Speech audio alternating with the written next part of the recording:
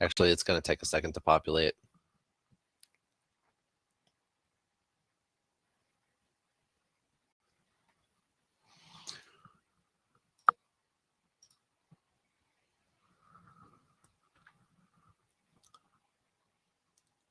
Not too much movement on anything just yet. Nothing too crazy. Let me take a look at crude and kind of the things here. 120 or 114 rather. I don't know why I said 120. Maybe my brain was expecting 120 for some reason. Okay, so that's crude. Let's take a look at let's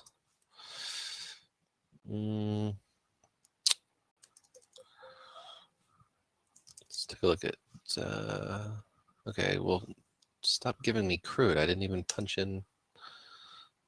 Okay. Gold's holding 1900. I still think it's going to break down below 1900. I still have this retracement down at the 1272 at 1875. That is the previous high up here at 2078. But it's also not based on where it's at now. It's this level right down here. So I'm looking at this and going, okay, well, if gold gets down, probably down to 1875, I'm going to try to just have some GLD long calls for a few months, see how it goes. I think it's kind of no man's land right now, but I'm willing to give it a shot. Just trying not to miss my trying not to miss a move in gold. If equities can't hold it at the can't hold the line, I guess you could say. 5 minutes still here, red 10x bars, all that kind of stuff. Choppy for the morning, no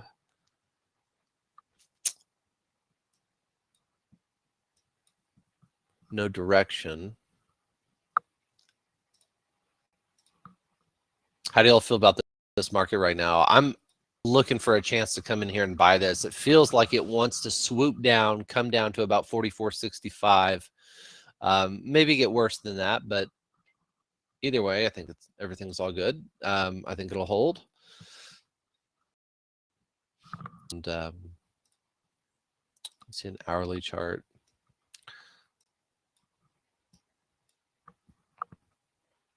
Yeah, so we're not too far away, and this is from the Tuesday gap up. So I would say 44.68. So I'm trying to buy this market. I'm probably going to trade some micro futures with y'all this morning, if you don't mind. I'm going to try to step in and buy the 65s. I think that's my plan.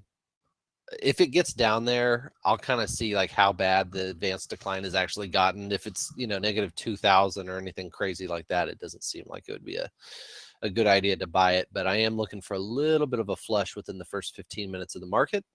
You might ask why. You might be new. Well, I think a natural reaction for all traders is to whenever the bell rings and it's like, all right, let's go. And that is a no-no. It's a no-no. And it's the small and simple things that you kind of place in your plan that make some of the biggest difference. It's the small things, folks.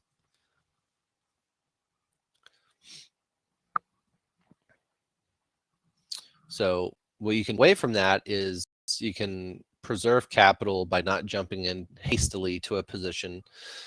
You can see the market a little bit more without a lens of, oh, I have a position on in the markets like this. It's like, no, I'm flat and the market's doing what it wants to do.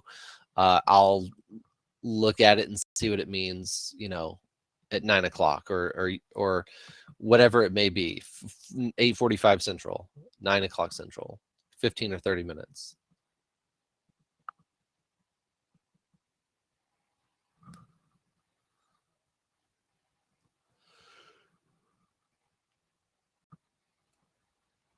God, this is really striking me as a very, very non-decisive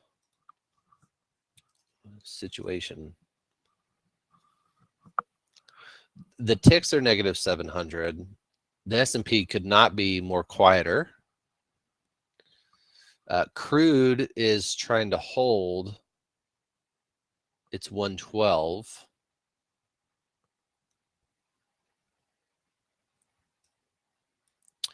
From the 1990s hip hop group, or was that hip? No, that's more like. We'll just leave it alone. I shouldn't have been listening to 112 as a 12-year-old.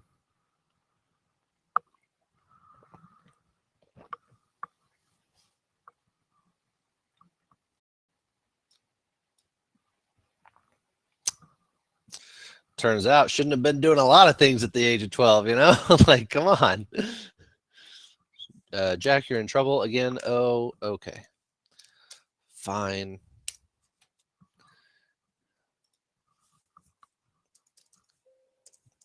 So this is what I wanted to do, was see if we can get into the next. We're only six minutes into the market. Let's see if we can get some kind of flush into 845 central. We do have, you know, an advanced decline. We do have a red S&P charts. I'm taking a look at everything. It seems like energy again is just trying to hold up, and then everything else is down. This to me looks like we could do a little bit more of a flush below 44.75.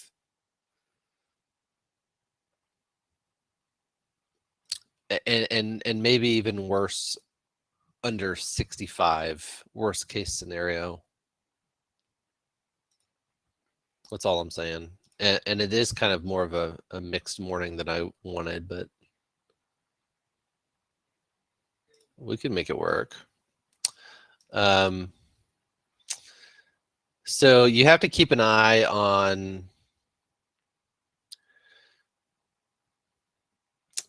44. Let me move this down. So I'm just thinking, why don't we try to buy 44.64? And if that just doesn't hold, if for some reason we're just really puking it up here in the next 15 minutes, which I don't think we are, I'd like to buy 44.64.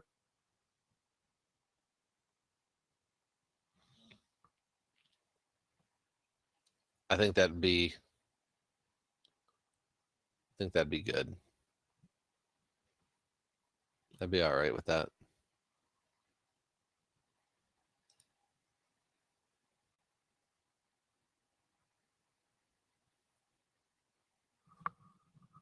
I mean, I'm looking at the S&P. It hasn't even moved once. Nothing has happened. Nasdaq looks a little heavy. Remember, folks, if the Nasdaq looks heavy, what kind of effect does that have on the rest of the market? Right? Starts to make everything, even the S&P can be up 20 points. If later on in the afternoon or in the morning, whatever time it may be, the Nasdaq starts to look like really, really heavy, that starts to bring everything else down. And it's typically the S&P that goes. It depends on if Tesla's having a great day or if it's having just a okay day. I say that tongue in cheek, but advanced decline is still negative 1,000. Not a whole lot of.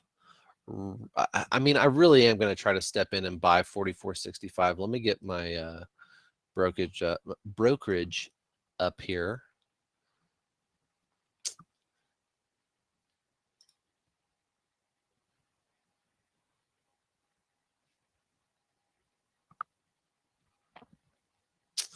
So yeah, I think it'd be safe to say we could probably get some type of buy side action from a little bit lower. It's weird too, because the reason why I want to buy it is the daily chart has a full-on squeeze down here. You have bullish momentum, everything like that. It's looking solid.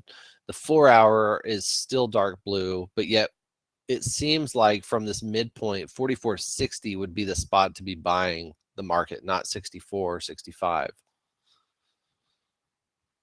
I think both. I mean, either one, pick or choose one, right? But what I'm looking for is a little bit more of a like 64 and a slight break lower.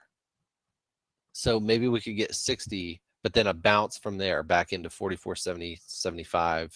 and then kind of off to the races. Hopefully we can get that. But the Nasdaq keeps going down. The advanced decline is still negative 1,000. So I'm going to hold on to my WY position just for a few more moments. And then if we can get a little bit of a flush, we'll trade some micro futures.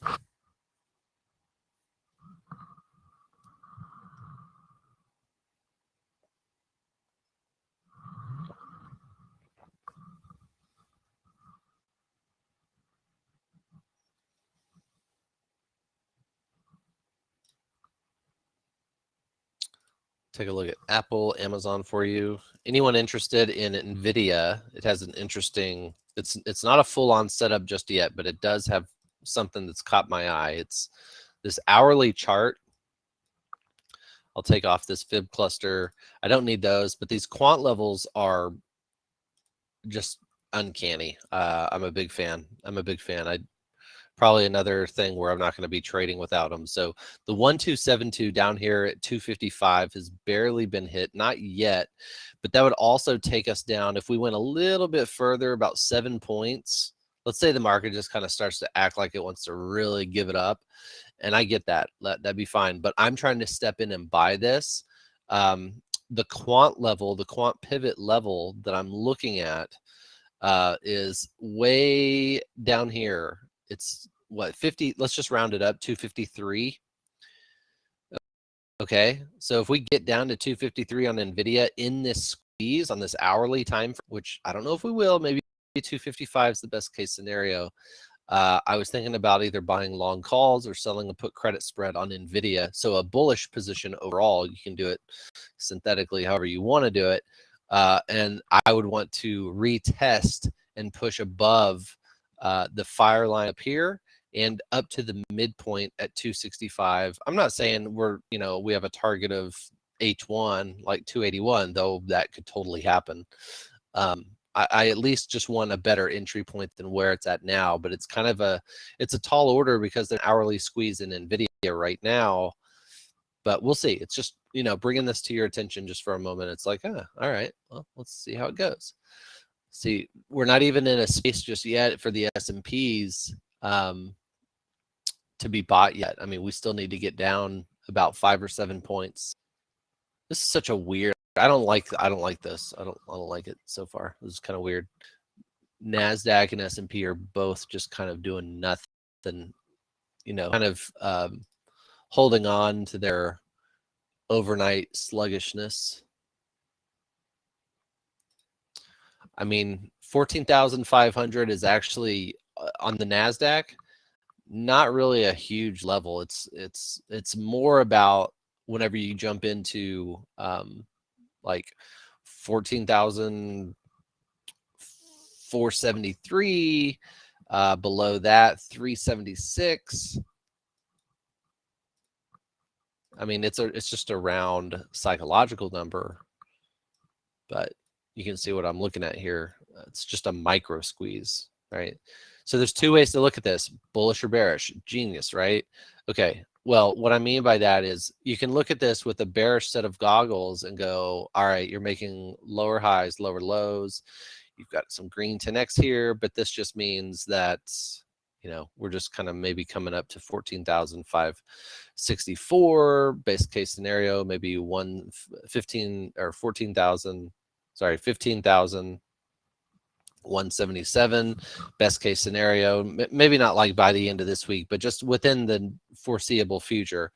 And then that's a short again. Or you can look at this with a bullish set of lenses and go, all right, we're starting to break out. We're starting to threaten these other shorts from the very beginning here. Okay, we're going to push into 15,000. Everything's going to be great. We're going to test the daily 200. We'll break through that.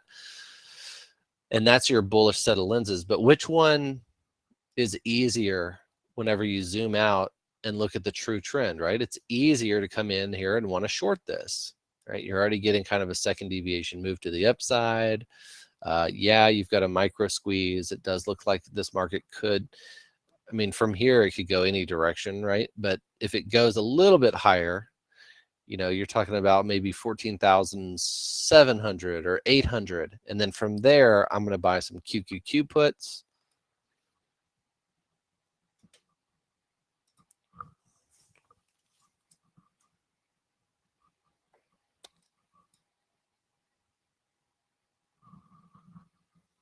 And we still have negative 800 ticks and still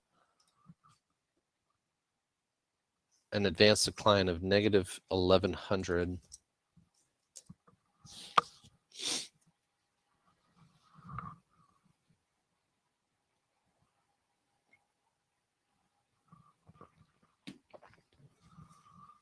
You know, is this the mother of all bear traps too? Like, look at this. You know how I was like, hey, 65 and then 63? We're at 68 now.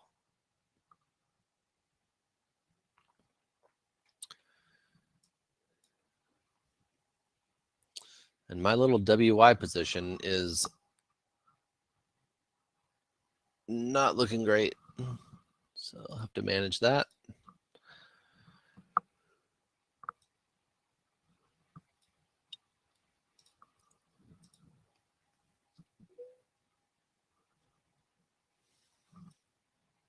Hey, Calvin. So on this right-hand side, there's these green and red bars, right? Like if you were playing, I don't know, Super Mario World 3 or any of them, you know, these would be the things that you kind of bounce off of, jump on and bounce off of. The Mario levels. So these are quant pivots. John had a class 2 weeks ago on a Saturday, and he's doing live trading right now. And these are points that the AI bots focus on. You know, they worry about price, then they go to the next level. You can kind of see how uncanny they are on this lower L1. And to give you the label, I mean, the lower two are L1, L2. The midpoint's the midpoint. That's, you know, the white line. And then high 1, high 2 is the second, these two up here. Yep. Pretty awesome stuff. Man, these ticks are still trending negative. This still looks like it's going to be something that 44.65 does not look it's going to be, doesn't look like it's going to catch. I'm honestly looking for 50, like in the mid 50s now, because the advanced decline is slowly declining. Unless there's like a turnaround around 9 o'clock, you know, then it's a different story. But you know, what's the context of the week so far? What I do is if you want context on a Wednesday, I pull up my hourly chart just to give me everything, including last week. Okay, the context just doesn't start on Monday if it's Wednesday. The context is, you know, what's the bigger view, and I can scroll back like 2 or 3 weeks off of an hourly chart and get a pretty good idea of what's happening. So what is happening? All right, glad you asked. The daily 100 is like way up here, 45, 44. This was the big thing for me off the daily chart, retesting the daily 100 and possibly getting a little bit of love higher than that. But then ultimately this would be a short, right? So you see this micro squeeze down here on the daily time frame. This is your large context. Then let's go back to that hourly, and you'll see why, to me, it kind of throws you off. It can throw anyone off, but check this out. So we've made our low. It looks like we're trying to really come in here and chop all this to go further down. And then that would be our break of our hourly 50, which is this magenta line. I don't think we're going to retest this hourly 100 at all. I think worst case scenario is we get down to about 44.54 and looking for a strong bounce off of that.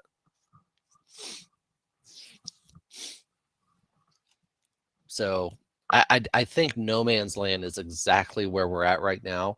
And with the advanced decline continuing to not go positive at all, in fact, more negative, seems like I would want to be stepping in and buying this at 44.55 or lower. And then the question is, well, Jack, why are you just not shorting it right here? Well, because I'm expecting a push at any time, and I'm not going to just be caught. I'm not going to try to just do this right now, because in between 73 and 55 is no man's land to me. And you can see this on this hourly chart. I mean, it's very clear we're coming back into this cluster. If we break down below there, I'm looking at 44.55, and I think that is, out of any of the positions in the morning to be starting a buy, that's where I'd want to do it. And that's where I think patience pays off. I've accepted a life contract, and that life contract with me is always work on your patience, Jack. Always be more patient. And that's, you know, that's in all things in life. It's a life contract. It's something I wake up and I focus on it. It's natural now. It's not like I have some type of meditation for 15 minutes reminding me to always be patient. It's something that I know that I, you know, whenever I'm reminded that I'm being impatient, I really, you know, dial up the max levels of patience. Calvin, are they the same as the original weekly wires? No, Lorna's got you there. Yeah, it's all updated. And I've got great support here. So Lorna can answer any questions you have if I don't see it on time, all right? She'll probably answer your question so well that you'll have more information that you thought you were going to get.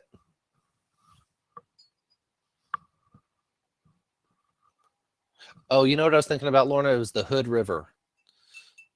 The Hood River is what I want to windsurf. I was reminded of that. I was talking to a real estate agent in Idaho yesterday. And just throughout that general area going into Oregon.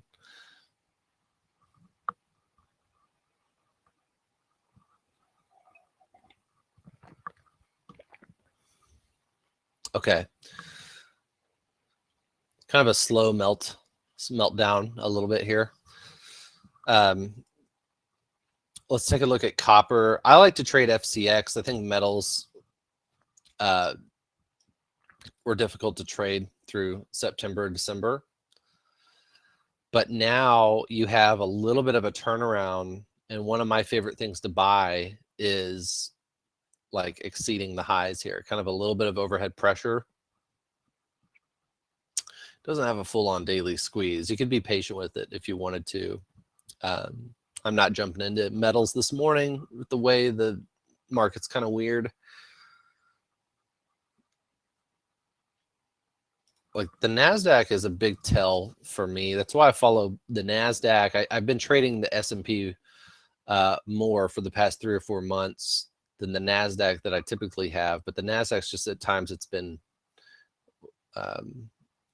way too fast. I don't mind chop. I mind the, you know, 20 and 30 point gaps whenever I have a 40 and 50 point stop, and it's like, geez. But today seems okay. It's just kind of hard to pick a direction because we're so close to a level where if we just went a little bit lower, I'm expecting a bounce. Just a little bit, just a bit outside. The 15-minute chart still red. 5-minute charts, we've already looked at this. It's going to be, you know, way down there at the second deviation. Let's go ahead and pull up another chart so we can get so we have our context. We know what the lower time frames are doing. The S&Ps are trying their best to hold, but it's not really happening. So I'm thinking step in and buy this at 44.55 or 60. Two completely different levels, but within the same space and within the same idea that with everything kind of slowly trying to hold, maybe it doesn't. If it does fall about 12 points, I think that's our entry.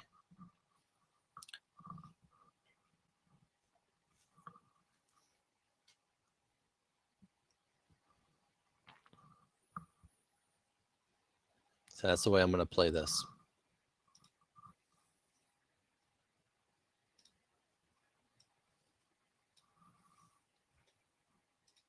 Any setups y'all are looking at? I have a couple ideas. I wanted to trade Netflix a little bit more. I really enjoy trading Netflix. It's just that with any name, if you've been trading something for a long time and then you take a break, just kind of get your feet wet. Like I used to trade Netflix and AMD all the time in 2018, 2019. Just a nice little two names that I really, really liked. I got comfortable with them, traded them, knocked them out of the park. But Netflix has kind of this weird chart where it's not telling me much right now. I was waiting for an hourly setup that looks somewhat better than just a micro squeeze that's kind of spotted here.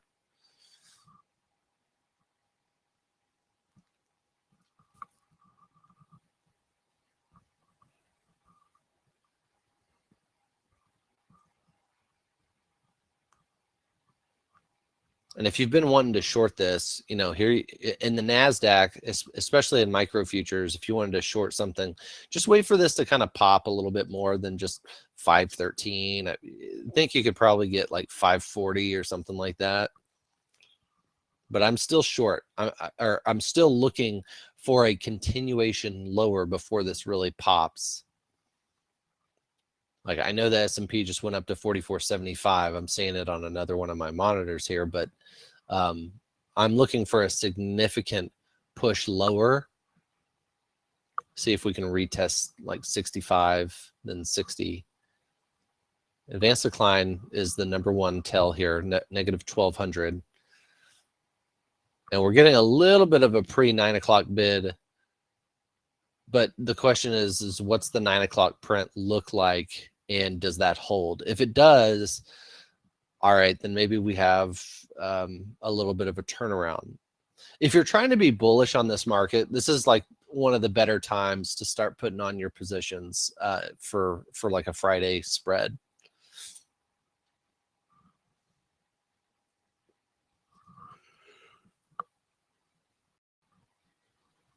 Anyway, Netflix will come back to. I ran a scan yesterday, and I was looking at this. So we've been covering transports just a little bit more. It's been light coverage, but here's this. So I was looking for, as you'll know, whenever I scan something, it's an hourly chart. I'm looking for opportunity whenever I scan. Scan and opportunity, they go hand in hand. All right. So my hourly scan for squeezes is full on here with IYT. And you have hourly chart here on the right-hand side. We're trying to hold the 618. We can actually take this off so I don't confuse you here with these quant pivot levels, but we're under it right now, but we're trying to hold this quant pivot level. But what we're doing really is a reversion to the mean on the hourly chart within this squeeze. So I still like IYT to the long side, transports to the long side, and this will ultimately benefit a lot more once the market starts to get bid up, obviously. So I don't know. It's one of the few names out there with a combination of green 10x bars with a combination of a micro squeeze coming out of a normal squeeze. And today it's just getting hit, but that's okay. This is your down day. If you're not in this already, the moment to be swooping up some of this stuff. Okay, you can do long calls or you could do some kind of spread. You could sell the 260. If you wanted to do it at the money, you could do a 266, 269 put credit spread. That looks like this. And then you can see your risk to reward. So let's just say you want to sell. Oh, you know what you can't do on, okay, you can't do, man, I totally spaced on that. You can do the 265, 270 put credit spread. So you could do this, sell the vertical. And you would want to make this one right here, 265. And this one right here, 270. And then with anything like this, whenever you have a 5 $5 wide spread, and one of those legs is at the money. It's going to be a 1-to-1, close to a 1-to-1 risk to reward ratio. Since you're kind of deeper in the money slightly by a few points, it's going to give you this risk to reward. You're basically trying to collect a 235 credit.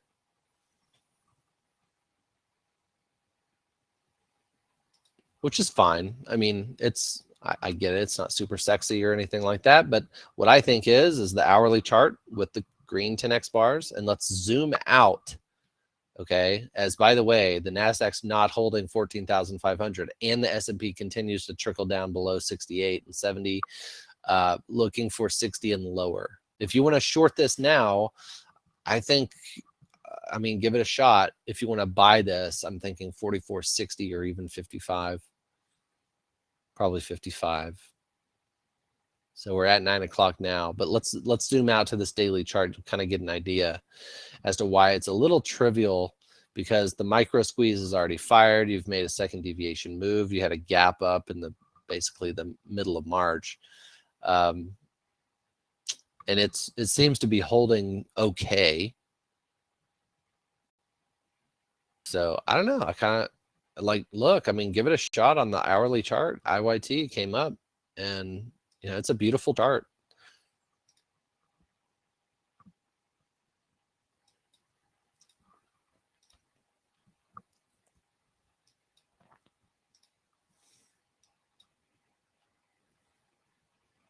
One city that I've always wanted to travel to, and I don't know why it just wasn't on the way. I've done 2 trips around the world, and this one spot was just never on the way to anything that I was going to, and that's Mexico City. I've always wanted to go to Mexico City. I'm so interested in Mexico City.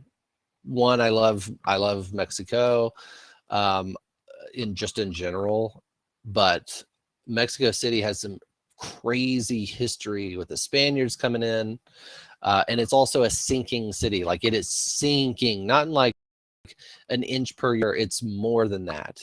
It's basically on an old lake bed. And I was, this gets me thinking into the macro point of view, like geopolitical stuff, like for Mexico, which is, by the way, I mean, how many millions of people? 22, something ridiculous like that. Maybe more now. Who knows what the numbers are? But I want to go before they start making some major infrastructure moves. They already shipped their water in from kind of the mountainous. It's in the middle of a mountain range, or like surrounded by mountains. Some of y'all, are any of y'all in Mexico City? I mean, can I just like hang out on your couch for a couple days? I want to just walk around the city. But that started getting me thinking about water.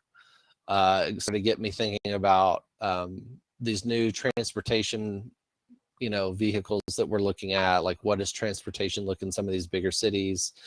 And then what does this do for commodities for such a large population? And it's the largest population in that geographical region. So I was thinking about, like, do commodities get affected not just by climate change or whatever it may be, temperatures changing? I don't mean political climate change. I mean just general temperatures changing, similar to what we've seen in South America, especially Argentina with coffee, and South America with the, the rainforest, the Brazilian rainforest, Peruvian, all that kind of stuff, affecting crops around that area, typically soy, other things like that. So I wanted to focus a little bit on long commodities for the foreseeable future. That's probably going to go into 2024. CDMX. Yeah, I've traded CDMX before. What's it doing? Does it have, I mean, look, the reason why I traded, why I picked up some WY is because it has squeezes on all the large time frames. Okay, it's still kind of down for today, but its down move is now covered by a high compression squeeze on the daily. So I think this is a spot if you're looking for some type of like lumber action. WY, it's interesting because it's like a lower volume name.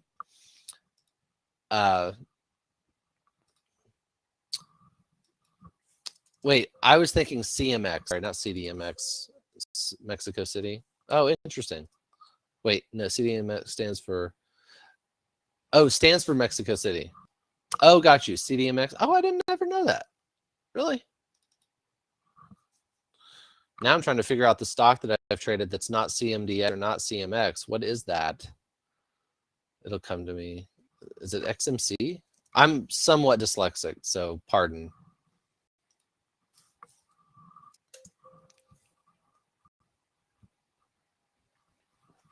We'll just put that on the side. God, there's there's a name.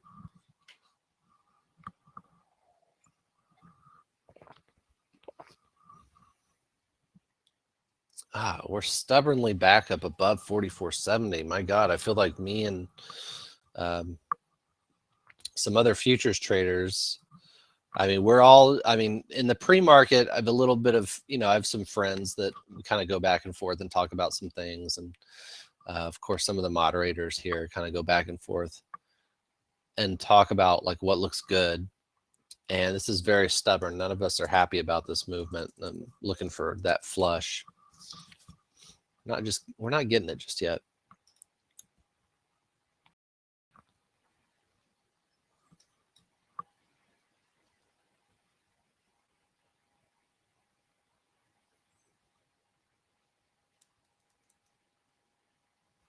Yeah, Chuck, did you like Mexico City? I'd love to go. I also liked, oh, by the way, it rains a lot. Like it's actually one of the wetter cities. It's actually statistically, it's wetter than London. It gets more rain than those European cities that we all kind of have in the back of our head are like wet and dreary, kind of medieval. Like it gets more rain than London, Plus, I mean, what, you think you're going to beat the food? You're right. Looking for that real authentic. Man, this is stubborn. I'm kind of PO'd at myself. I was like, well, I mean, we got 65, but we were not looking for 65. 65 was, yeah, I'd expected a bounce, but the market's still negative. The advanced decline has not really budged. I don't consider a 30-point move in the advanced decline higher a bullish scenario. We might have to just be more patient because this is, oh God, right up here. Now it's 78. Okay. Wow, bouncing off the most significant levels ever.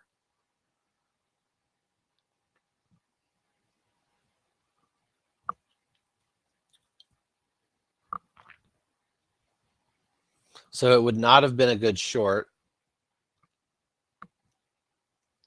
And we didn't get the level where it made sense to buy. 65 was not the level. I expected a bounce, but not like, bounce and holding. 4,500 P is super important. That's kind of that Neil analysis that we all love, where he kind of sets out, the main level. If we're above it, it's bullish. If we're below it, it's bearish. We're still below 4,500, so it's bearish to me.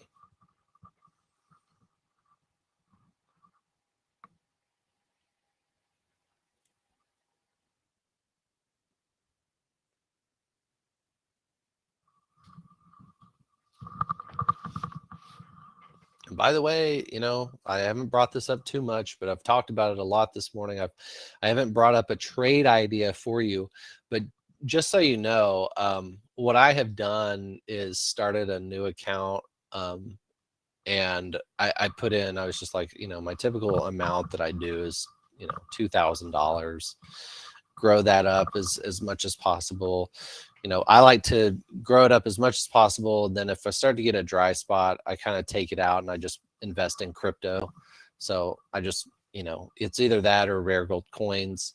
The wife loves rare gold coins way more than crypto, but it's more of like a long-term hold situation. So since I started this yesterday, the only position I have on right now, and it's, taking a little bit of heat, but I don't mind showing this. So I'm down, but you can see my put credit spread. It's a large position. It is basically risking all the account, but that sounds bad, right? That's a no-no. that's not what it is what I'm doing, but it is a very tight leash on this thing. In other words, I can only take, so I can only take like a 25% loss on this, right, before I have to get out. And for me, what that means was I was almost having to get out of this morning, right? Because I mean, I was going to be down in this account, but now, you know, being patient on this position, because I really do like, I like all the squeezes that are happening on this downtrend. The high compression is holding up. So what that means is kind of like this could be a downside barrier, kind of getting bought up there about 38, and that's fine. Above 38 is perfect for me. You know, no trade in this market specifically is going to be perfect. So I'm in long on WY because all the other time frames are squeezing, and we have a little bit more of like a retesting of that L2, and I'm expecting a bounce back into L1, which would be 39. Okay, probably not going to happen today, but you know, with it being down and then almost neutral for the morning, that looks really good. That's kind of what I wanted, right? I just didn't want to go too low because then I was like, I'm going to have to stop myself out. But I think what we've done now, what I've done is avoid being stopped out and avoid taking the loss. So now this looks even better. So if you want to jump in, you know, for that reason alone, you're also buying the second down day back down to the L2, which is just fantastic in a high compression squeeze on the daily. And then the hourly chart, it doesn't have like any type of turnaround just yet, but I do like that we're retesting that L2 and kind of holding that. So I wouldn't be surprised if this went positive for the morning. A sham wow, nice handle.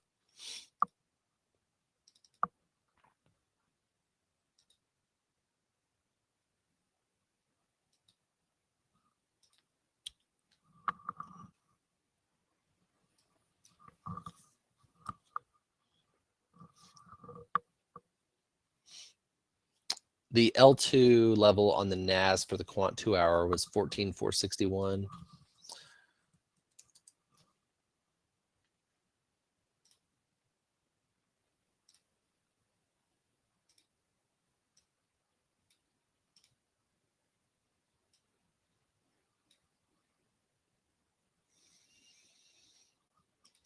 On the 2 hour chart?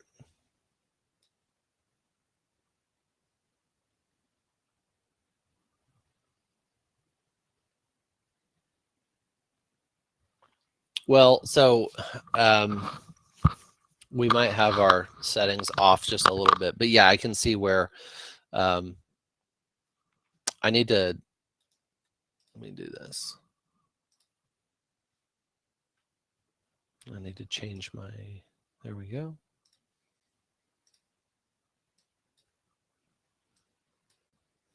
Yeah, I forgot. I've left this workspace. I need to keep all, I need to transfer all the settings over to their respected time frame. For some reason, whenever I applied these and downloaded them and all that kind of stuff since John's class, for some reason I thought they populate automatically to the respected time frame. I don't have that settings on there just yet. So, and then let's transfer this to the S&P because that's going to give us that same kind of scenario. Yeah, it's going to be right there at 65. So uncanny, right? Isn't that crazy, ShamWow? Like now you're not trading in the dark with the AI, with the bots. Now you have a little bit more information. It's a big deal.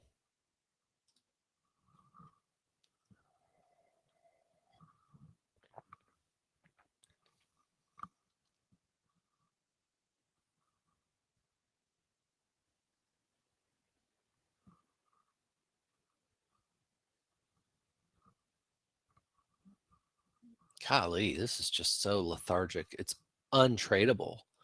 44.81. Okay, let's say we would have bought 65. All right, from there, that's the low. That would have been a decent trade, but I was not at all trying to buy 65. If you zoom out, if you know, if you use, let's just use the 4 hour chart. Why not? Can zoom out just a little bit. You don't even have to use a 4-hour. I was looking for like 44 for the reversion to the mean on a 4-hour chart. That would have been 44.52, which is very close to where I wanted to be buying it. None of this is constructive on the bullish side, though. This is not enough umph. We really need to be up above 4,500 for this to be considered, you know, a turnaround of anything. Yeah, I really like the tool too. This market's kind of weird, so I've kept it on larger time frames just for context, but I really like that you explored and went into a 2-hour chart. I don't remember if John in the class, I'm assuming you took the class, ShamWow. I may have stepped away for a minute because I missed about 45 minutes of the class where he was kind of looking at smaller time frames and changing those settings. In fact, I'm 100% sure that's the part that I missed because all the other parts were, you know, the theory of it and looking at the larger time frames. Kodak. Oh man, I remember catching the move on Kodak. Remember that? It was, what was it, 2018? Let me zoom out a little bit. So I caught the tail end of this move. What was that? It was 2021 maybe, or 2020. Yeah, it's time is going so fast now. It feels like it was just 2018, but yeah, 2020. I remember catching this, and it was on a whim because if you would have zoomed in here, this was also whenever you know, you started to see all the meme stocks get their bid. So this, you know, those days are over right now, just so you know. The short interest floats are not what they used to be. However, I say that, you know, yeah, dare I say we're going to talk about AMC and GME. The short interest floats on these are still pretty good.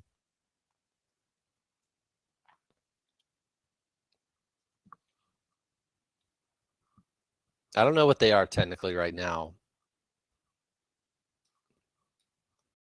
but it seems like we could have a little bit more of a continuation. I think all the retail traders are max YOLOing this right now, especially loving it since it's up like what now 40 points since the first gap up on Tuesday. Advanced decline now 1,000. S&P's barely 85. Geez. So I feel like I at this point I've missed a little bit of the move.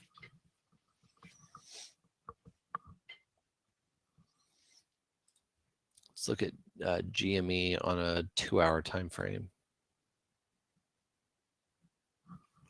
Move this out of the way. Move that out of the way.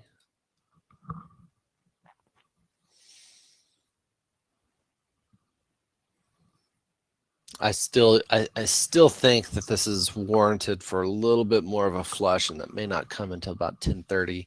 If it doesn't, and we're trading up to 4,500, I've missed the move, and at least that's good for your bullish positions that you may have had since yesterday. But I don't like anything about these hourly bars that are red 10x. You know, this one has a pink dot on it. You can't really see it, but it does. The 4-hour chart's trying to hold its reversion to the mean. This was a big deal for me. This is where I was trying to buy at 55.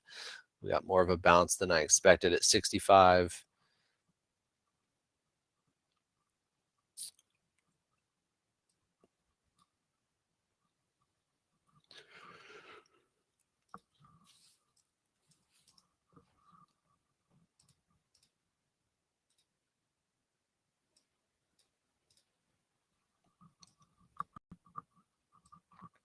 And Tesla's on its way. I mean, what did I say 35 minutes ago? I mean, 1,058's an extension on Tesla. Looking pretty solid.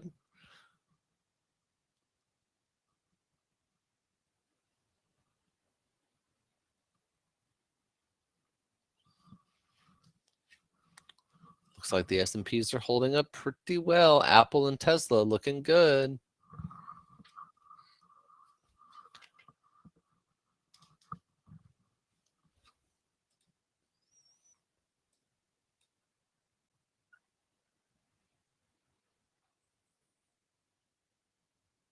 Man, this looks like it wants to just jump right through that 1,058 and trade up right up to about 1,079, 1,080 back into this fire line up here.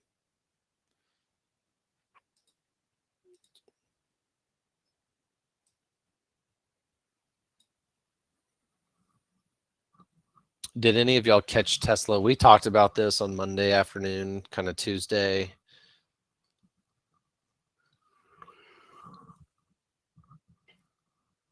For Tesla to trade higher. And you're catching that daily squeeze, by the way. I mean, that's the whole deal on Monday. That's why we're focusing on Tesla right now, because if you've taken a Tesla position long since Monday in the analysis, you're doing pretty dang well. And hey, I know this is kind of weird because it's only Wednesday, but I'm the guy that takes Tesla positions off too early. It's not that I don't follow a rule with extensions or profit taking.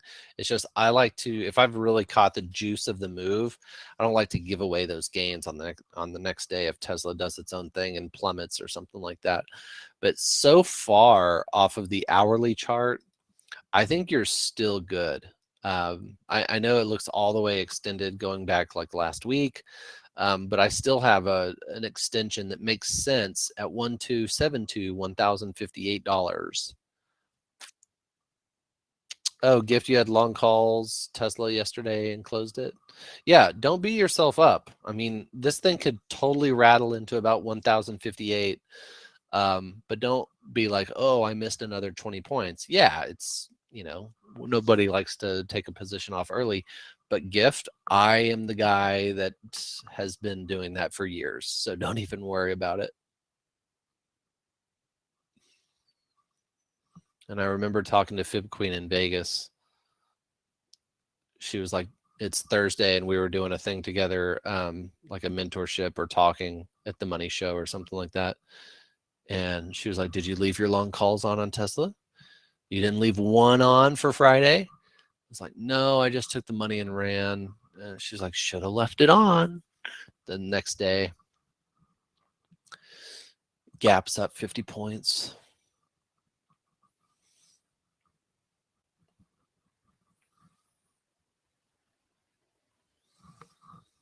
Looks like Weisenhower, Weyerhaeuser, however you want to pronounce that, doesn't matter to me. WY is trying to go neutral. So I really do think you're buying the low here. In fact, let's look at this on that 2-hour time frame, because it's something I need to save and put on there. I don't know how that got unsaved, but there's your bounce off of that L1. Here we are back to neutral. Next target higher is that H1 and higher, so H1, H2.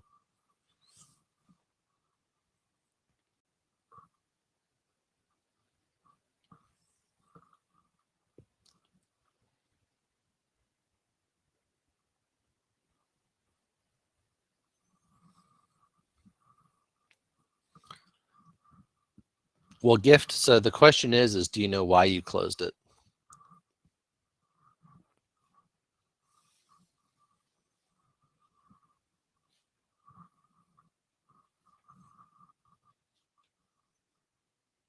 Man, this has been such a crushing morning. Now the S&P won't even move at 85.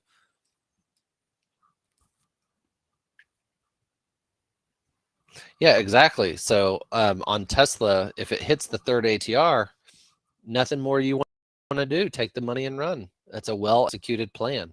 Look, people get confused about a well-executed trade than a perfect trade. It's almost like if you didn't nail it perfectly, you missed out on money, and that's your negative connotation. Then that's your, dominoes, let them fall kind of that way. Don't let them fall that way. Hitting a third ATR, and especially on Tesla, nailing the move and being profitable is a big deal. So that's a successful trade. I'll tell you what's not successful is waiting for the S&Ps to come down to 44.55. That has been not successful.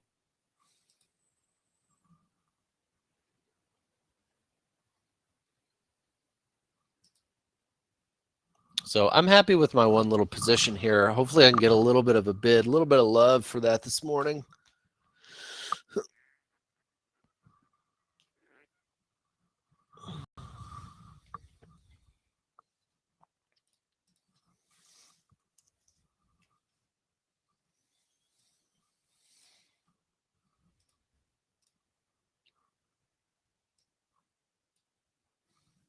I mean, look, above 4,500, that is probably going to create some more buying. So if you want to be long, you know, your shot is anywhere below there, kind of now, or if it dips down below 75.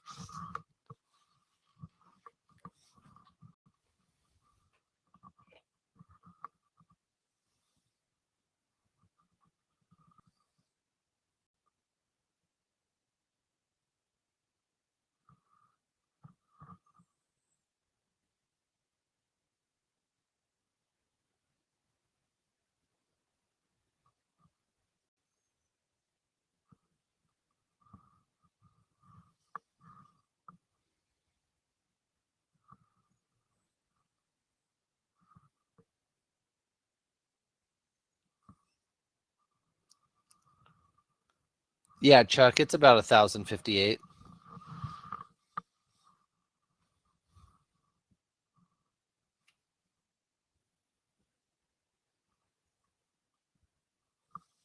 And it could be higher. I mean, that's just a technical extension off of Fibonacci, which, you know, typically holds up with flying colors. But, you know, Tesla's Tesla. It could be 1,100 by tomorrow morning. And that's an hourly time frame. So I'm just kind of moving this back to the daily.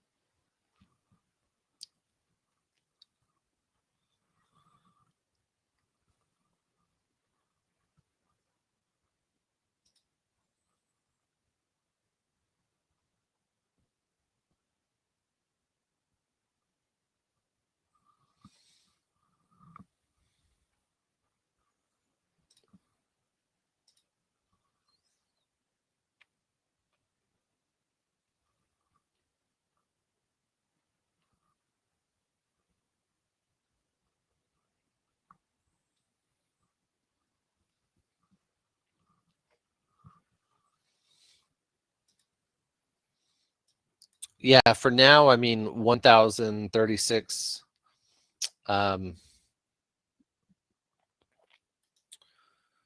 is your high, or it's close enough. This is where it gets a little heavy.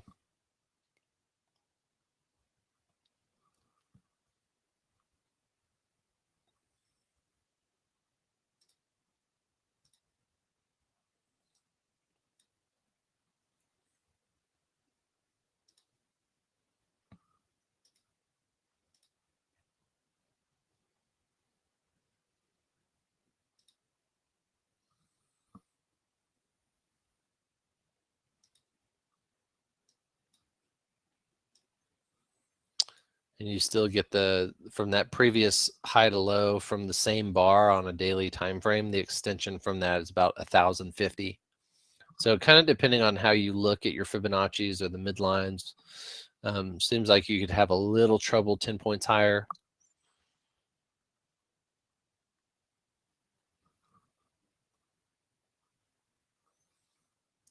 I'm interested to see what happens this afternoon. If we're trading above 4,500 this afternoon in a futures room, we're going to try to buy this market and see if we can't get a little bit more of a bounce. But just kind of an overall dud of a morning. Advanced decline is still negative 900.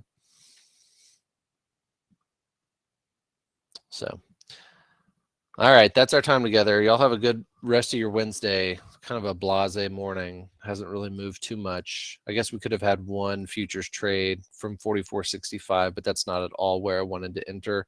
Apple and Tesla need to hold up. If they don't, then things are going to start falling in a major way, especially below 4,500 like we're at now. And we'll see what happens for the rest of the day. But yeah, I mean, right now I just have the WY position. Tesla wouldn't be chasing that at all right now.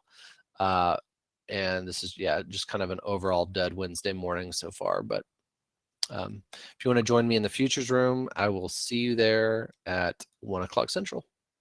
Thanks, everybody. Have a wonderful day. And we'll see you in the next one. Bye.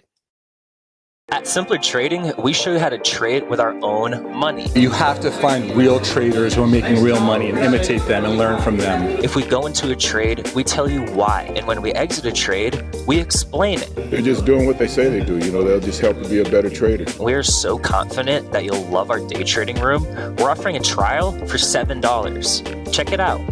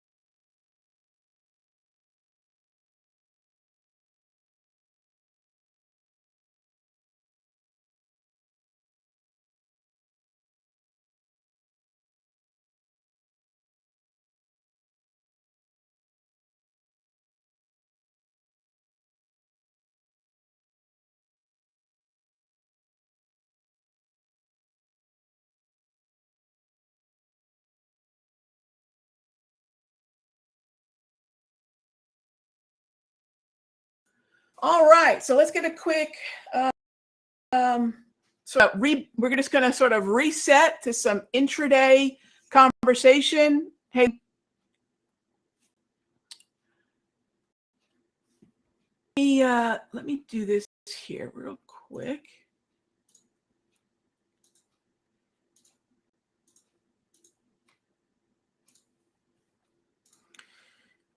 All right, just bear with me. I'm going to send something out.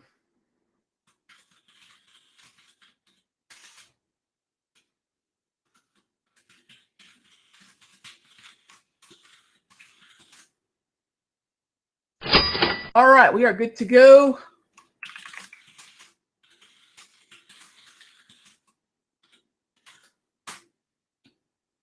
All right, so let's get to it. Let's talk about some intraday conversation. Now, we're going to refer back to the notes that you see on the screen. They're sitting on the left side of the margin there. And the idea is that at this time of day, we're at what's known as an initial balance level.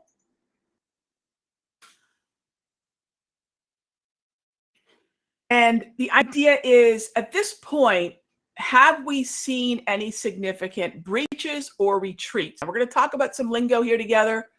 Just bear with me. And if you're looking for this particular layout, by the way, if you're looking for the layout that I'm using, a 2-5 daily time frame, it's the free version of this layout, so it won't be identical to what I'm looking at, but I'd say 85% of what's on this screen you will have access to. Check out the room drive if you haven't already. Let me show you all what the room drive looks like, just so everybody knows where to grab this. This is the room drive. In the upper corner of the screen, you're going to see this folder. Open that up, and you will see a doc called Rogge's Tops 3-Panel Chart setup. It's a PDF.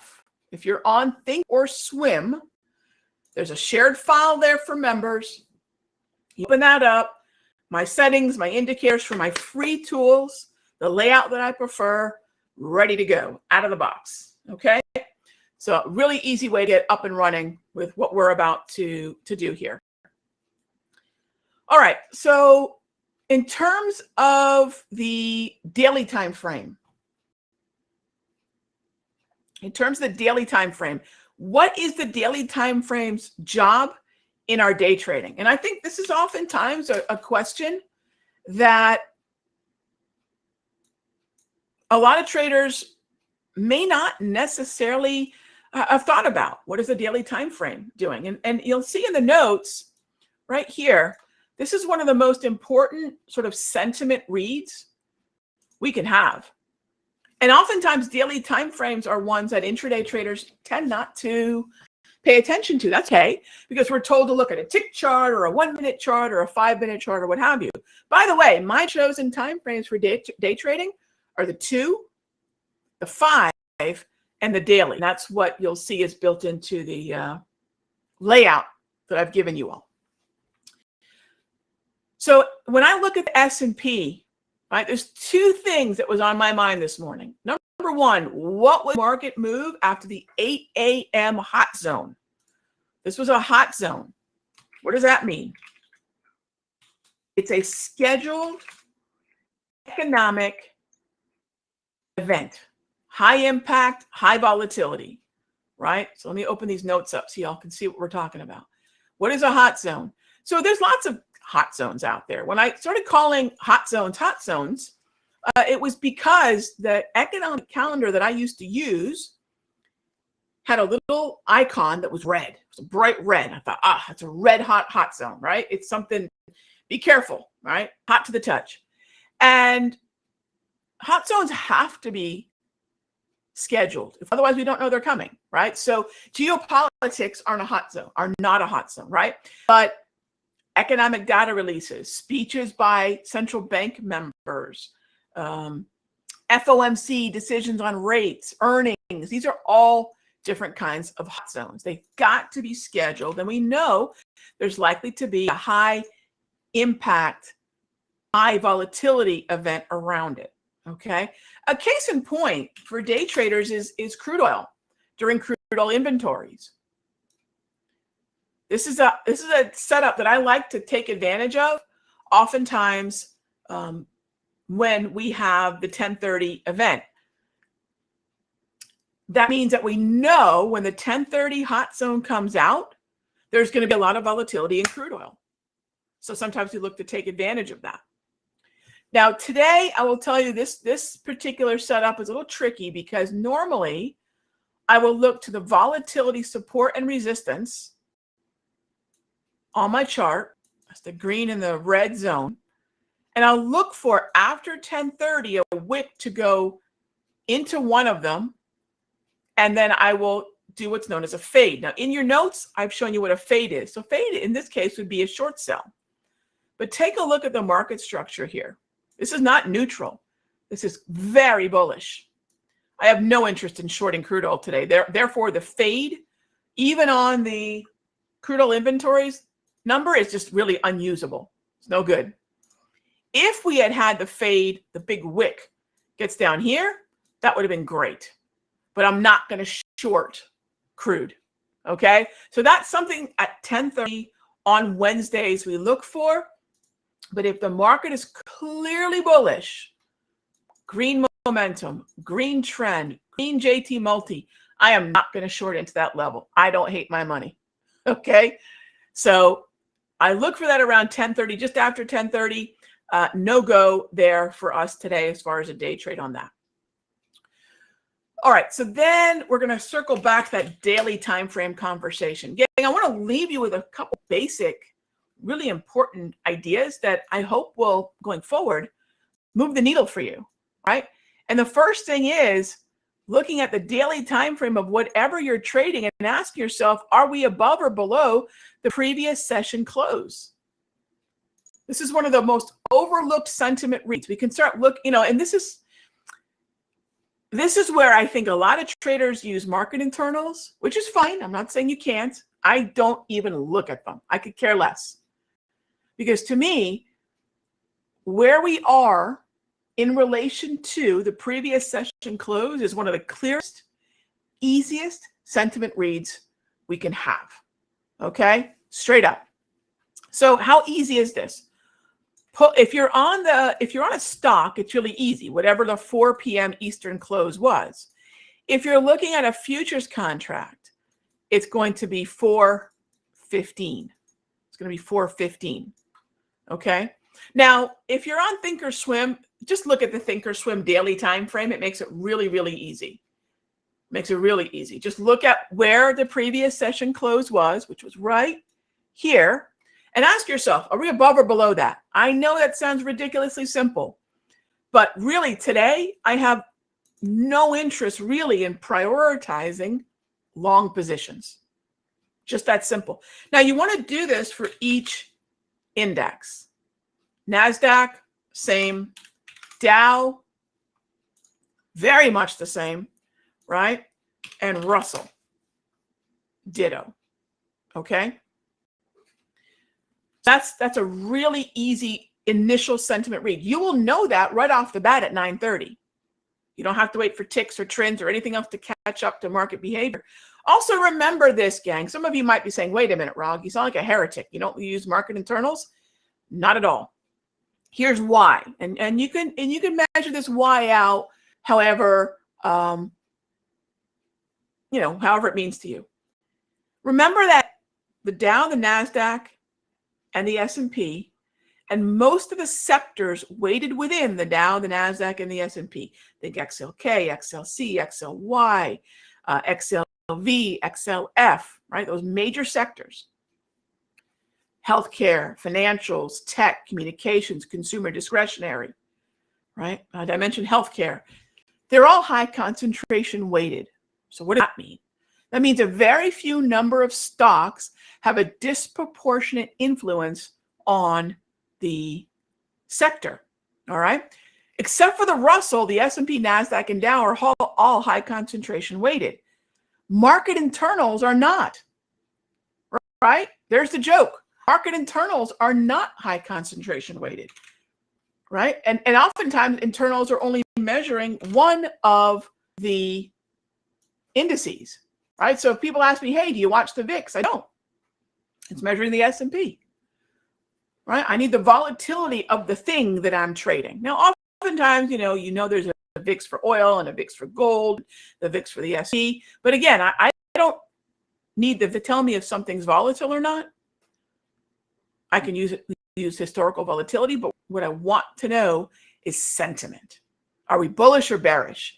And that leads me to basically the second or maybe the first rule of my day trading. Most of your most successful day trading is going to come when you have a bias to one side or the other. Most traders get into a lot of trouble when they're two-way traders. I think eventually traders can evolve to that, can graduate to that, can advance to that. But in the beginning, be a one-way trader, meaning that you want to focus on either long or short. So you see how the sentiment keeps us short. And you might say, but Rob, we kind of launched higher here. You know what that means? We're looking for an opportunity to short into strength. That is the fade. Okay? That is what a fade is all about. So what I think you're going to find is if you use that sentiment, you can start to either take smaller positions on trade that are counter that sentiment, right? Or you could choose to not take them at all. So how do we explain that today? Let's talk about the market right now. This here is a buy zone because we have breached the clearing range. And that definition here in your notes, okay? We broken higher through the clearing range. That means as we weaken into this zone, we can look to buy SPY, SPX, S&P futures, whatever your preferred asset class is. As we sink down into that zone, there's a buy opportunity. Now the conflict comes in that we are clearly below the previous session close, but we have a zone that we'd like to be a buyer in. So let's say for most traders is A, don't take it, or B, take it at about half size. Because you are fighting to a certain degree the sentiment. Got that? So some of this is going to also help you, this sentiment read is going to help you with position sizing too. Everybody with me so far? So there are some things that are specific to intraday that, that are different from what I'm doing end of day. But frankly, end of day, I like a directional bias, right? We want to find a trend and buy the dip if it's an uptrend. We want to find a trend and sell the rip if it's a downtrend. So there's a sentiment read even when we're swing trading on the daily. We're just talking about day trading now on a 5, right? But we still want to think about those sentiment reads, okay? So that's a setup right now that we're seeing on the ES and on the NQ. Now, you might say, Rog, what if I don't trade mini future contracts? Alternatives, the MNQ, but I'm still going to keep an eye on the NQ to do it. Alternatives could be QQQ calls or puts, but I'm still going to look to the NQ to do that. Alternatives could be NDX. You know what I'm going to say? I'm still going to look at the NQ. So if we have a touchstone market, a basic market that we're looking at, let's say I was doing QQQ instead of NQ. Same idea. I want to see the market pull back to a zone. And then when that level is reached, I can choose to execute the idea through any one of the different ways to trade the Nasdaq index, NDX, QQQ, NQ, MNQ. All right. So as this thing is sinking down, I know that Nasdaq 2 below the previous session close. So if when we get down to this area, I would prefer to do this not at all or with half size, because it's sort of fighting the sentiment of so far the session. So ES is there right now. ES is there right now. See how we're sinking into the zone? Let me talk to my options day traders here for a moment, because it's not different than what we're doing. Let's talk about the options.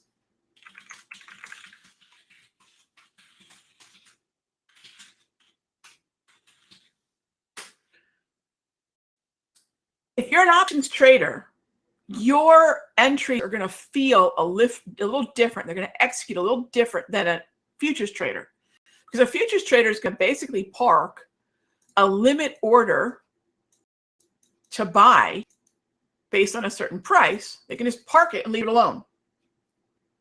Okay, you can just park it and leave it alone. So that's kind of easy. I don't use market orders ever. You know what? I'm going to share another. Actually, let's see if I can find it. We have a video that explains some of the classic mistakes a lot of traders make. And one of them is using market orders. And I do not believe in using market orders, really ever. So I'm going to put this in the notes for you all. Just bear with me. Oh, hang on, I got a lot of. So yeah, for those of you that know, I do a lot of notes whenever we're in the sessions together. I'm a big fan of sort of documenting the conversation, because especially when we're talking about a lot of different topics and a lot of different ideas, it's just easy to, number one, have something to go back and refer to. And also, if you got a phone call or whatever, something comes up, where the heck are my notes? You have something else you can say, okay, what was Rodney talking about? I lost her there. So let me throw this into the notes here. This is the Garden Lady video that this is a little excerpt. This is not even from me. This is something that John was a conversation John had in one of his speaking engagements many years ago. Some of you have probably heard him tell the story. I love the story. He's talking to a woman who day traded something along the lines of 100 full-size S&P. Gang, I don't know that I'm ever going to have the cojones to trade 100 full-size S&P. Not in this life. Not in this life.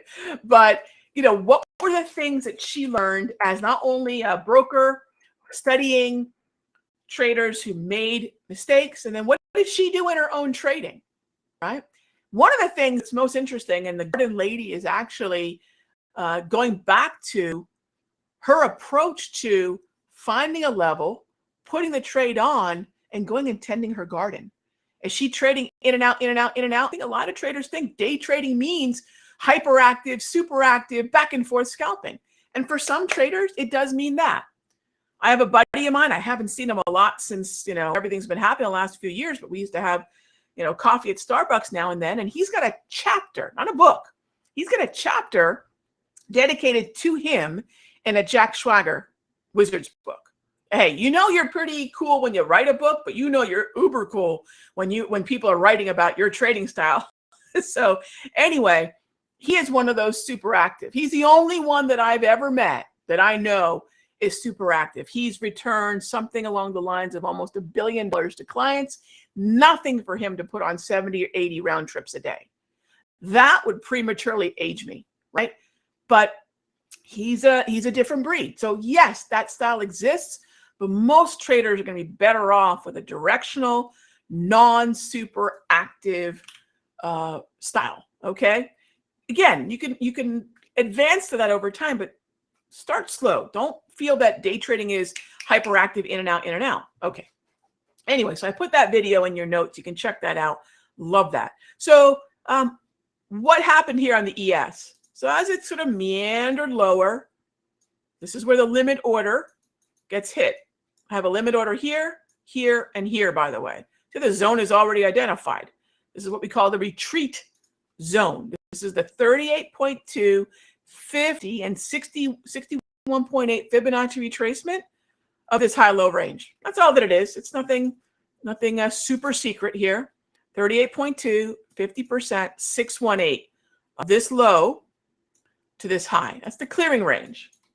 All right, that's the clearing range. And I know in the beginning, gang, this might feel like a lot, but you know, just the repetition of what I do again and again and again should, you know, hopefully make this much more process driven. But this is the initial process. So half size because we're fighting the sentiment. All right, so much less size than normal. This is a buy zone. I'll scale in as we sink into that zone. And then I will simply look for the market to initially get to 44.81 3/4. That's the value area high. If we make it up to the clearing range high up here on 44.88, great. First target, second target. Notice that none of my targets require the market to make a brand new high. First target, second target. So I'll look at that value area high, 44.83 3/4. Okay. That's a breach retreat. Breach retreat. What does that mean? We breached. Oh, you know what? I take that back. I'm being a little too ambitious with my first target. I didn't realize that with all my drawing, I didn't see my own little level. That's the clearing range high. So really, we should look at 44.81 3/4 of 44.82. And then I could look at this. So either one of these are fine. My bad. But yeah, that's what we're looking for. I think we'll hit it again. So if we tag this area, what we're going to do is scale out. But right around 82 and then 88. I was looking at 83 3/4. Let's move that to 82. Okay. All right. Bear with me one moment because I need to put my orders in here. Okay. And we're pushing right up against it. We're at 81 1/4 right now. Okay. Anyway, we'll keep an eye on that. So the whole trade idea starts with the breach, and then this area is where we're looking for that bounce. Okay. Now we saw something similar on the NAS, but the question is, do we get down to the level? No, did not get down low enough. That's down in here. All we did is retest, and this is very aggressive. All we did is head higher and then retest that breach level, which in and of itself is a valid level. But I usually tell new traders, please don't get too aggro in the beginning. Just observe the way retests move. Focus on the retreat. All right. So the S&P retreated. We just hit 82 again, by the way. S&P retreated. Nasdaq only retested that breach level. So in other words, we breached through here, and going forward, that's what? If this was resistance, this of course now is support. That's all that it is. Charting 101. So I would say the NAS is rather aggressive, but the ES was a little bit, for me, a better risk-controlled opportunity. So there's your second hit at 82. 82. All right, we might even go tag it again. What's the next target? And now we can go look for a T2 at 88. But please, at this point, we've tagged 82 now a third time after touching this breach area. Smaller size. We have to be at a break-even stop now because we hit our first target. T1 was reached, be at a break-even stop. By the way, gang, if you're watching this for the first time, this is all mechanized. This is all process-driven. Step one, watch the market from 9:30 to 10 o'clock minutes. That's what's known as the clearing. Okay? That's what's known as the clearing. You get a low, you get a high. When you take out the high, that's known as the breach.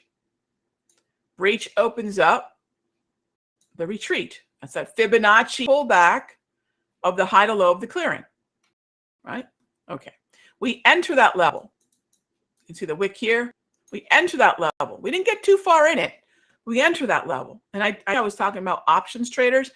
As we're sinking down into that level, it's so important that you use the momentum to buy the SPY or the SPX. You need that bearish momentum. So as we're sinking into this level, you've got to get that order keyed up to buy those at the money zero dated options. A little trickier when it happens so fast, easier for futures traders, a little more cumbersome for options traders. But as we're sinking down to that level at 44.75, you've already got the option, the SPX or the SPY at the money call, zero dated Wednesday expiration that you want to buy.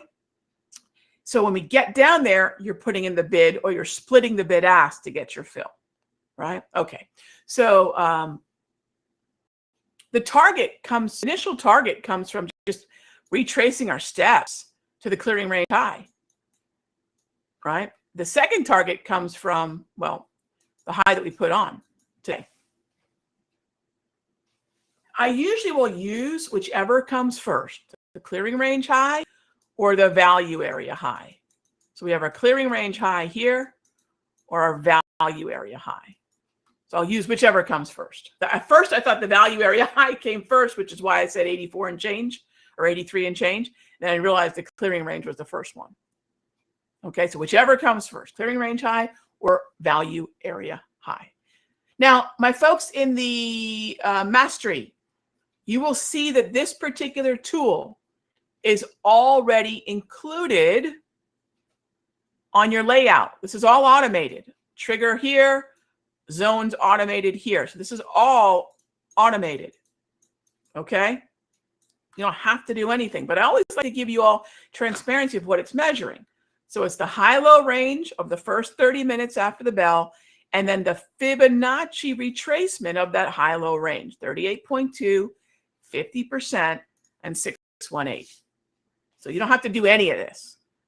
All right. The clearing range high, you can see right here. That's where the end of that box. Okay. And then 88's right around where we put in the high for the day. The high so far for this session. Those are two really good levels to keep an eye on.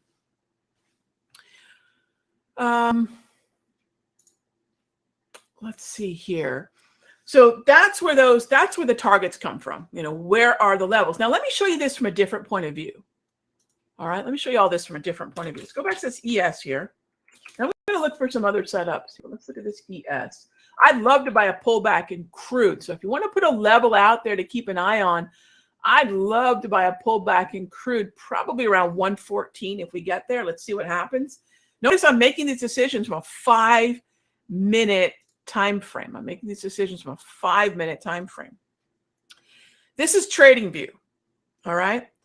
Now, TradingView has the added coolness of the volume profile, if you want to call that a histogram or whatever, but you got the volume profile there along the right side. Okay. So the thing to remember here is there's that same breach retreat. There's that same zone. Okay. But what we can look at is where the volume is sort of higher. Higher here, higher here, higher here. When we run into a level that has both price significance and volume significance, right? Now we know we're onto something really special. I call them volume ledges, right? I just call them a volume ledge. And by the way, gang, this is a free tool within the TradingView platform. Now, you do need to be a subscriber to TradingView. I am. I happily pay them every year. I have for over 8 years now. They have some really cool tools on the platform. And this is one of the cool built-in tools. So what are you looking at again here? You're looking at a ledge here. Notice it's just sticking out further. You know, this is not super complicated. It's just sticking out further. This white line is what's known as the point of control. That's the most volume that we've seen since, I guess, about 8 o'clock. That's the most volume at a specific price level that we've seen since 8 a.m. All right. So our next level higher is 44.88. 44.88. So I'm at a break-even stop, right? So worst comes to worst. Right now, I'm risking all my unrealized profit. You know, one thing we could do is trail a stop at this point underneath the point of control. So maybe put in a 44.79 trailing stop. So as we're on our way to see if we can get to 88, we can lock in some of the unrealized profit. And if you have SPY or SPX, when the S&P futures get to 44.79, you're going to cut those options loose, right? That's the process. Anything else looking interesting for us here? So already long the S&P. Now we're on our way, hopefully, to T2, right? Already long, on our way to T2. By the way, let me just show you that Nasdaq, which I did not get a piece of because it did not get to our zone. Our zone was down here, right? That's the preferred zone. All we did was basically retest the breach, which is not a problem. I would have liked to have seen it get down a little lower, but this is valid. It's just not my preferred level. But you can see it too moving higher.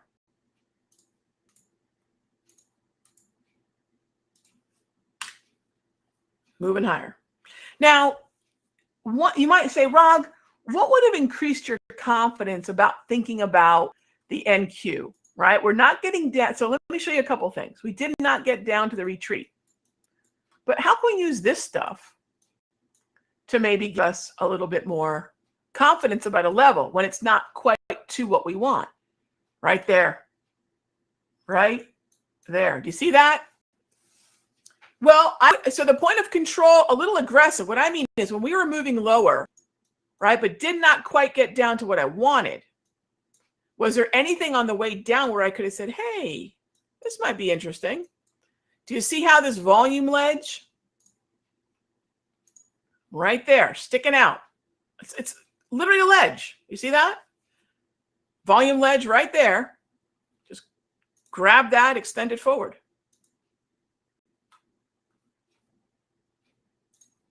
Does that look, there's no calculation required. It's either there or it's not. That thing's either protruding out from the right side as a ledge, as something the market can grab onto, or it is not. Now, for those of you wondering about volume profile on TOS, I don't tend to use it, but I can't imagine it would not be helpful.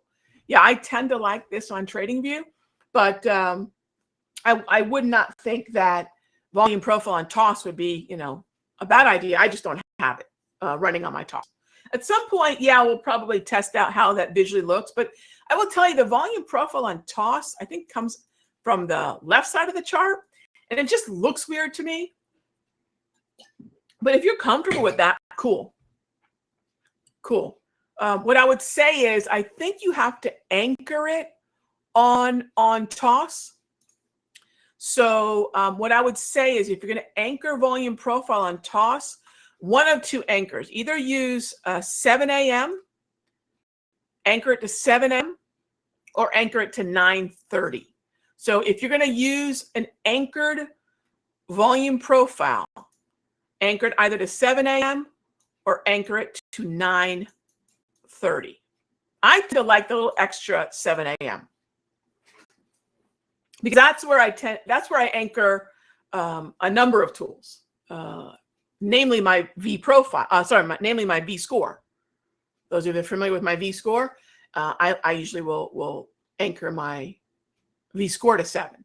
So not unusual that I anchor my volume profile, usually closer to 7 as well. So if you have an anchorable, it's going to prompt you for a time on the indicator. It's going to say, hey, at what point do you want to start studying these volume levels going forward? It's going to ask you for a time. If you're on TradingView, as I am right now, this is what's known as variable range. That means whatever amount of data I've got scrunched into this screen is what it's calculating.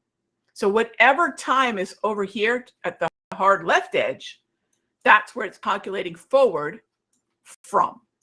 So one of the reasons I like the variable range volume profile on TradingView is I can very quickly look at the 9:30. I can very quickly look at 7. And if I wanted to look at the European levels, I can very quickly go to 2 or 3 a.m. and get those levels too. So that's one of the reasons I do like the variable range, because with a quick scroll with my mouse and sliding that horizontal scale over, I can very quickly get those levels. Okay. By the way, we are still, I think we hit 87.25 on the S&P. I'm still holding out for 88, but we can have that break even stop in there right now. Now, one thing that's interesting, since 7 a.m., our point of control now is at 86. Right? It's at 86. 88 comes from the high that we have, and I just stepped out a half point in front of the 44.88.5 high that we have. So I don't want to wait for the high. I want to step out in front of the size that's like waiting there. May not hurt us, though, to adjust that T2 to 86. All right. Now, if you're not seeing why I'm pulling up the level, let me know, because everything has to be visible. If it's not visible to you, then how the heck can you make the decision, right? So if you're not understanding why I'm pulling up the levels, let me know. I'll get into it.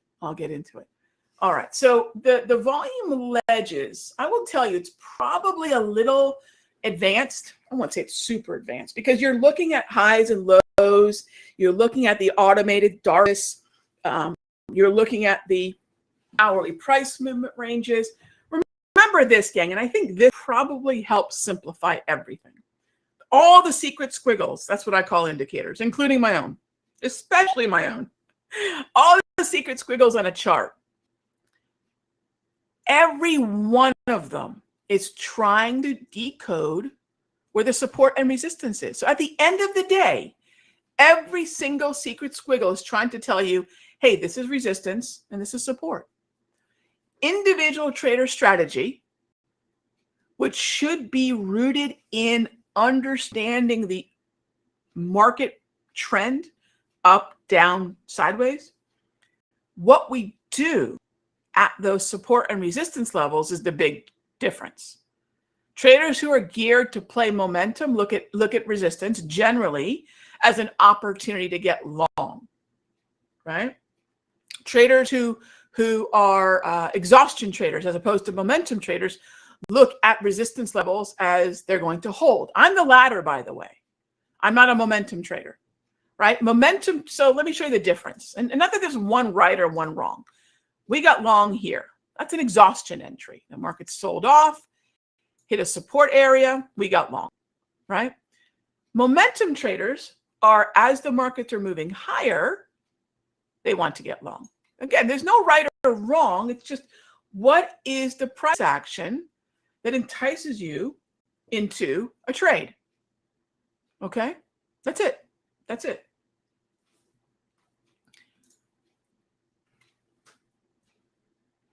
So we already hit our first target. Now we're waiting for our second target. If you have a trailing stop in, you could be out, which is perfectly fine. It's still an unrealized winner that now is a realized winner. Okay. All right. Let's tackle a few questions here. And some of the lingo that I use, gang, is they're in the notes. Okay, so if you don't know what an HPMR is, or a clearing range, or the clearing period, I put some of that stuff in the notes. All right, that conversation that we had about sentiment being above or below the close, we opened this conversation up with, those are also in the notes. Okay, what is a fade? It's in the notes. Hey, gang, give me just a minute here. I've been on the mic with everyone for a little bit. I'm going to go top my water off. Give me about 1 minute, and I will be right back. So quick 1 minute water break. We'll be right back.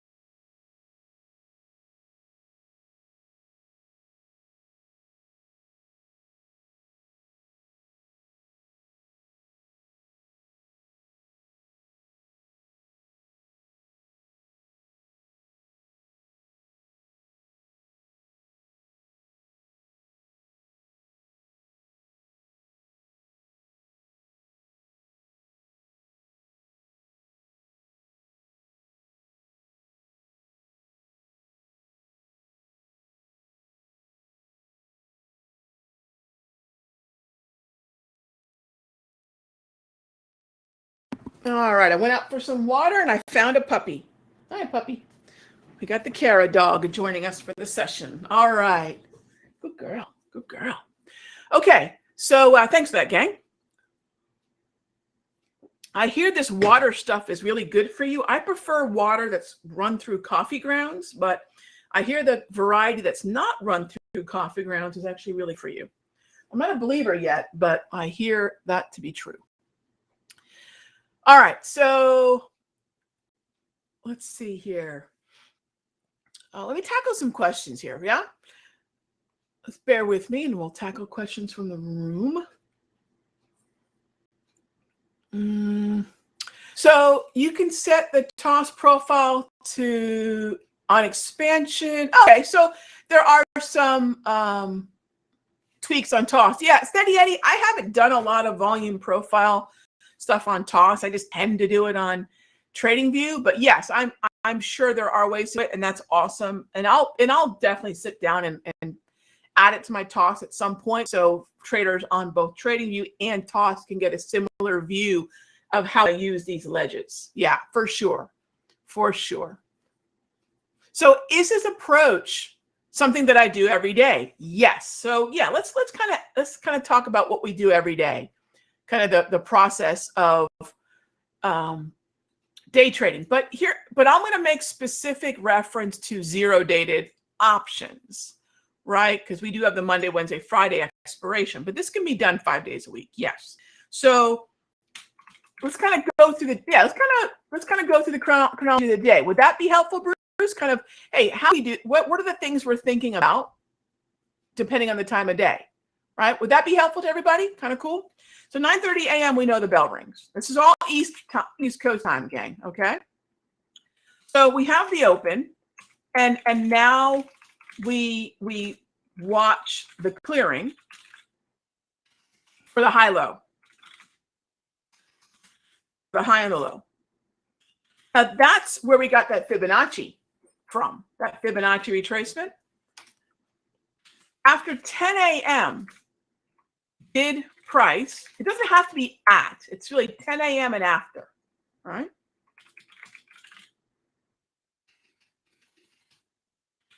Until 10:30 is what I usually give time to. Did price break above the high or below the low? You could just, gang, someone said this once. They said thinking is the process of asking and answering questions. So I'm just asking and answering questions, right? If it did, if yes, look for a retreat.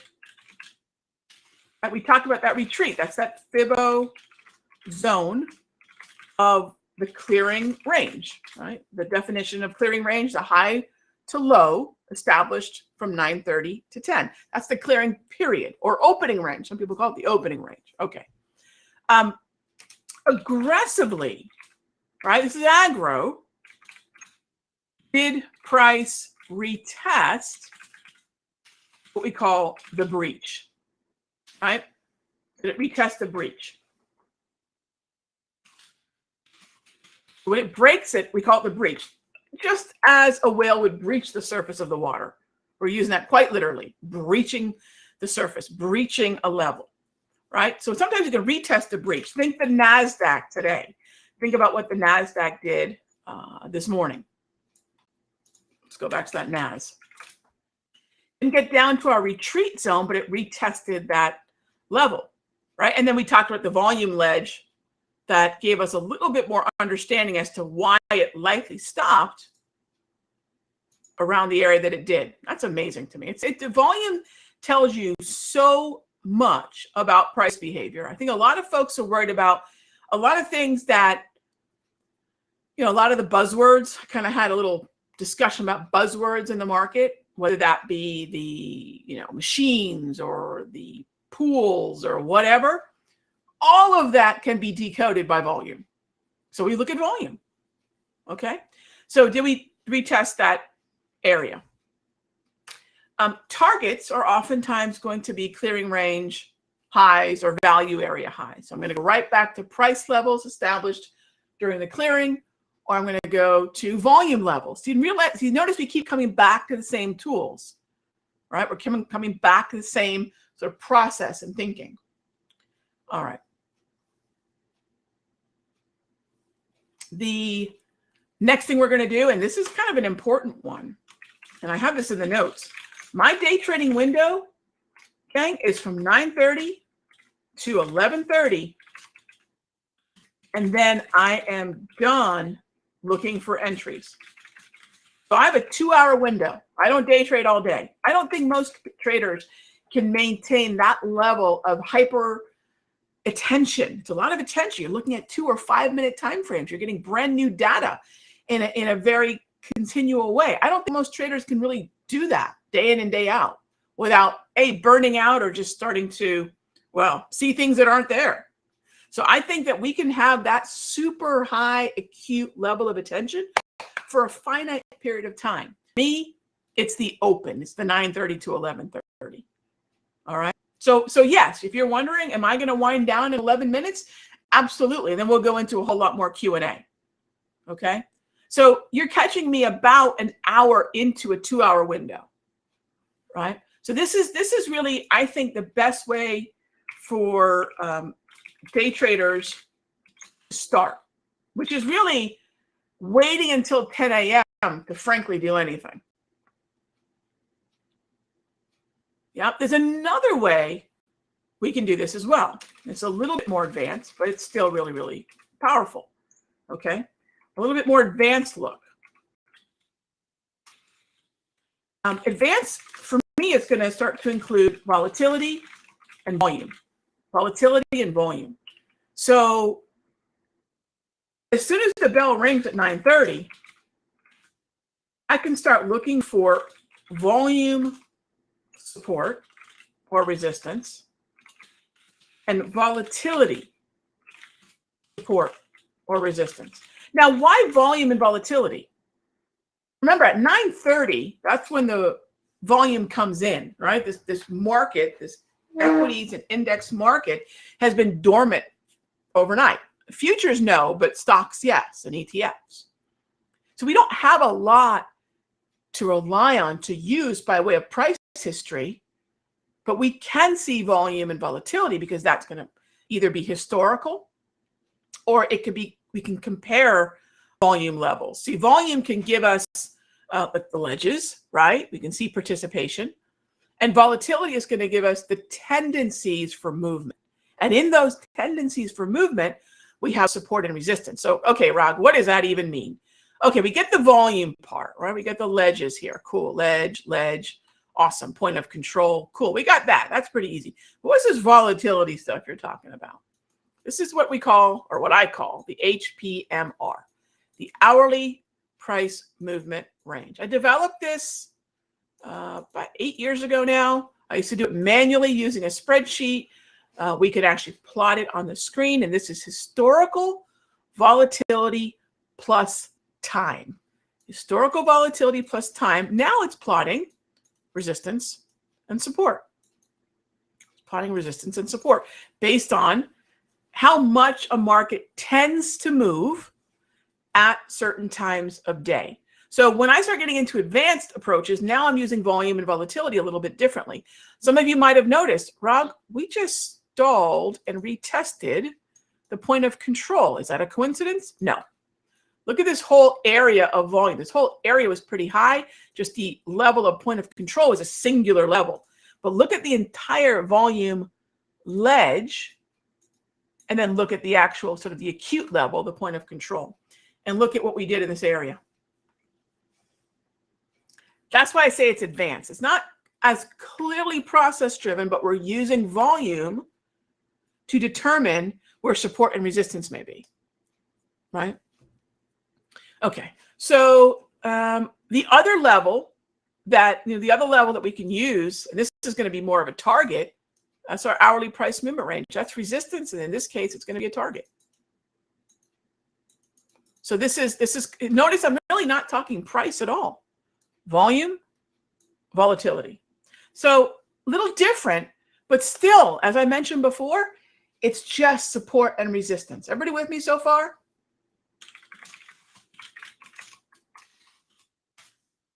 Let's grab, and like I said, at 11:30, when I'm basically pencils down, we'll dive into a whole lot more questions. Because right now, I'm sure a lot of you are thinking, Rog, what? Now, is there a strategy? I get this a lot. Is there a special strategy for a zero-dated option? No, gang, but there are some perks. Okay. I'm going to trade zero-dated options the same way that I would trade on a Tuesday or a Thursday.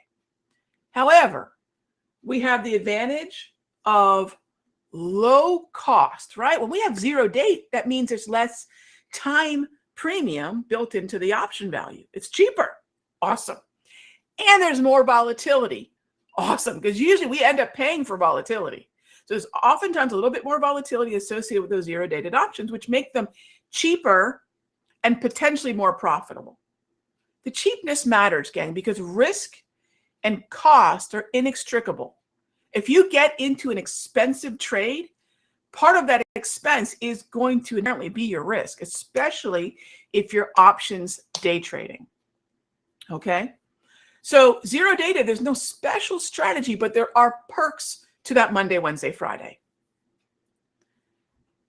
At the end of the day, the same strategy is going to apply Monday through Friday, with specific emphasis on those zero dated QQQ, SPY, NDX, SPX, if that's the way you want to go. My futures traders, doesn't matter. Doesn't matter. Monday through Friday, same process. So this is what I call choose your own adventure. I don't want anybody thinking you have to trade futures, mini or micro. You don't have to trade SPX or NDX. You don't have to trade SPY or QQQ. In my mind, I would love for you all to be fluent and fluid in all of it, right?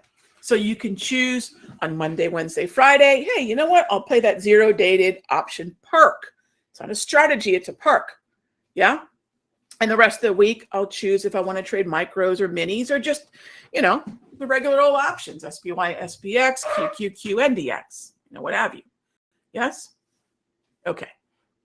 So we have two ways, again, of looking at the market. So I think starting with what I just described to you at the top, that's a really good way to go. And then once you get to advanced, a little bit more volume and volatility. Okay. All right. So a couple other tools that I have on the screen for setups. Okay. So at the very bottom, I have two tools. Those of you in the mastery, you have this. This is known as the JT multi. Okay. So you have the history of the trend and momentum. The upper row is Momo. The lower row is trend. Okay. Oh, did I put these in the workflow? No, gang, I didn't put this in the workflow. I did not put this in the workflow. My mastery folks, yeah, I'll shoot out a separate set of notes for you all. Yeah, I did not put this in the workflow. So JT multi, upper row is Momo, lower row is trend. Okay, you'll see the lower row says we've been neutral since about 10 a.m. We were bearish at the open. It's gone neutral. And you can see exactly when, time-wise, we made that adjustment. Okay. If you're in the day trading room, gang, you have the trade flags, which are these things. Now, yours will look a little different because you're on toss, but it's the same thing. You have the Momo flag, you have the trend flag. And what that's representing is the very recent read. So this is that, the most recent read of the Momo top row and trend bottom row. Okay. So depending on where you are. Now, the other thing that everyone has is my slow stochastic. I use a 21K 3D slow stochastic. The high level is 80, the low level is 20, and that's built into the layout that you all have. And then if you want to set this up on your own, really easy. Go find the slow stow. In fact, I'll show you what it looks like on toss. Looks pretty darn good. Here's what it looks like on toss. This is how you set it up on your own. Now I give you in the mastery, you all have a special version where the color changes because I'm extremely nearsighted and I like the shifts. But the actual settings are the same. So the overbought is 80. The oversold is 20. The K is 21. The 3 is D. And then on toss, you can set up the arrows for the breakout signals. This is where they cross. And I'll just do it on the slow K and the slow D. So you may not know what this is in the beginning, but just set it up this way.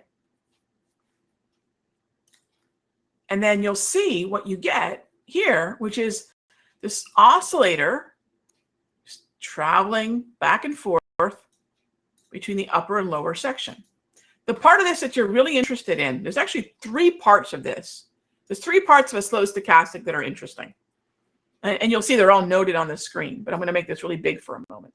There's 3 levels on a slow stochastic that are really interesting. The lower and the upper range. I mean, the upper range here, that's 80. The lower range, the 20. Okay. The other part of it that you're really interested in is smack dab in the middle. And this is really more for confirmation of momentum. Those are the 3 levels on a slow stochastic that are most important. The 80, the 20, and then really what amounts to is the 50.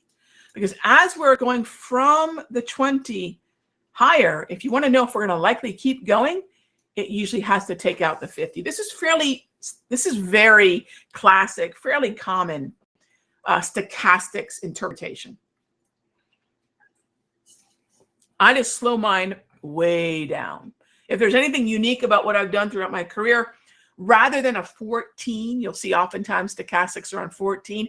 Heck, the toss default is 10, right? So you can see how slow I'm talking when I tell you to go 21, right? So that's the unique factor. That's the secret sauce, if you will, in a stochastic that I've been using for over 20 years. Classic tool, unusual setting, right? 2080 is very common.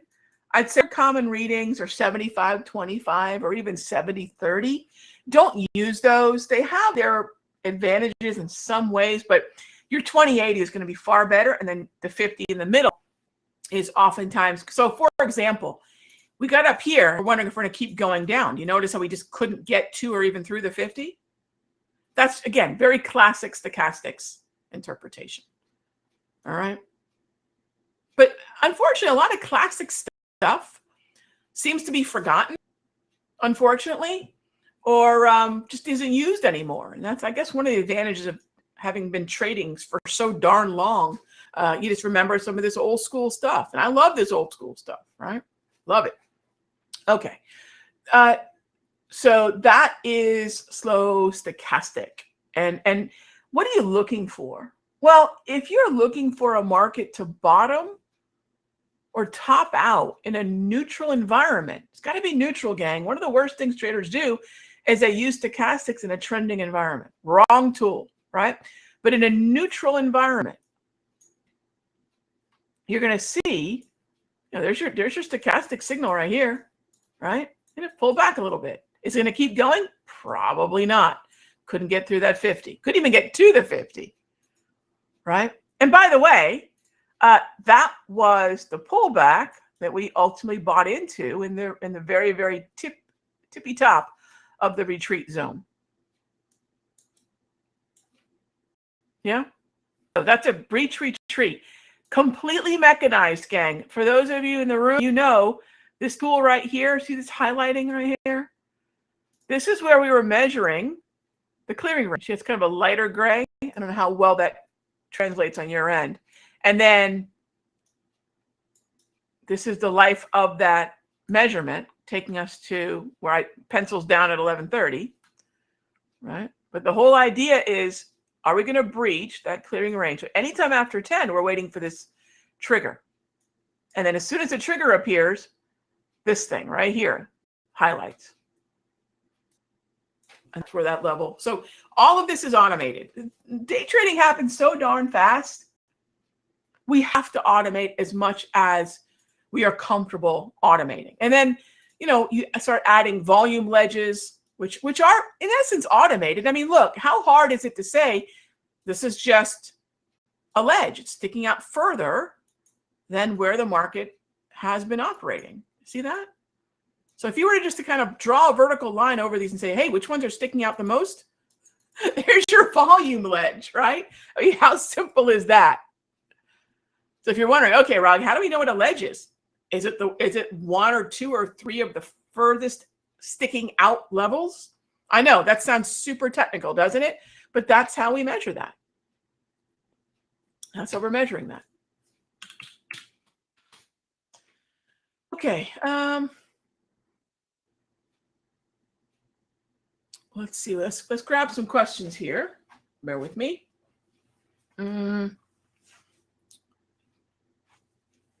So let's see. So the points for the Fibonacci, they're automated. So when 9:30 to 10 time is done, what happens is, hang on, let me just go back to here. You know what? Let's maximize this 5-minute sell so we can really spread it out. So the bell rings 9:30 to 10. And what this thing is measuring is this low, right? And I think you put in the high right at the 9:30 candle. No, yeah, and that high. So this high to this low. And then if you were to pull, here, let me show you right. I'll do it manually so you can see. That high to that low. And you can see it shaded in to show you what it's measuring. So hang on. I'm making a mess. So they make sure everyone understands the levels. 9:30 bell rings. We just ended up putting the high in at the clearing at the bell. We put in the low. If you're looking for the time, the 9:30 5-minute candle on toss and the 9:50 5-minute candle. So this is automated. This is all automated. So when the market comes back down to test it, right? We want to know what kind of range we have put in, right? I don't know why. I seldom do these things manually. There we go. I'm so used to it being automated. So there you go, right? So there's your Fibonacci retracement.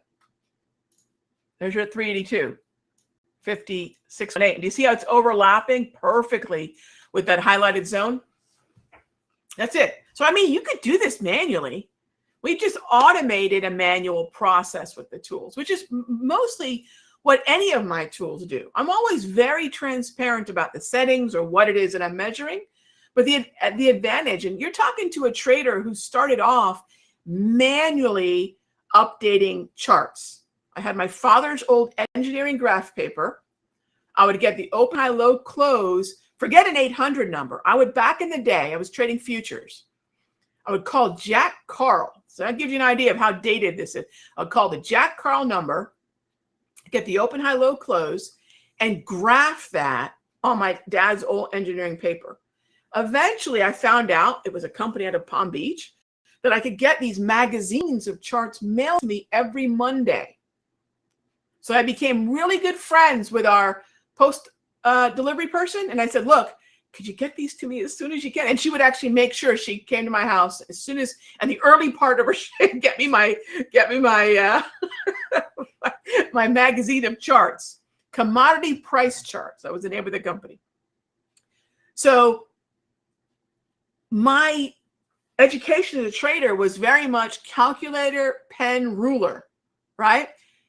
Now, all I've done is taken all those things that I did all those years ago, and we've automated it. Do you need to automate it?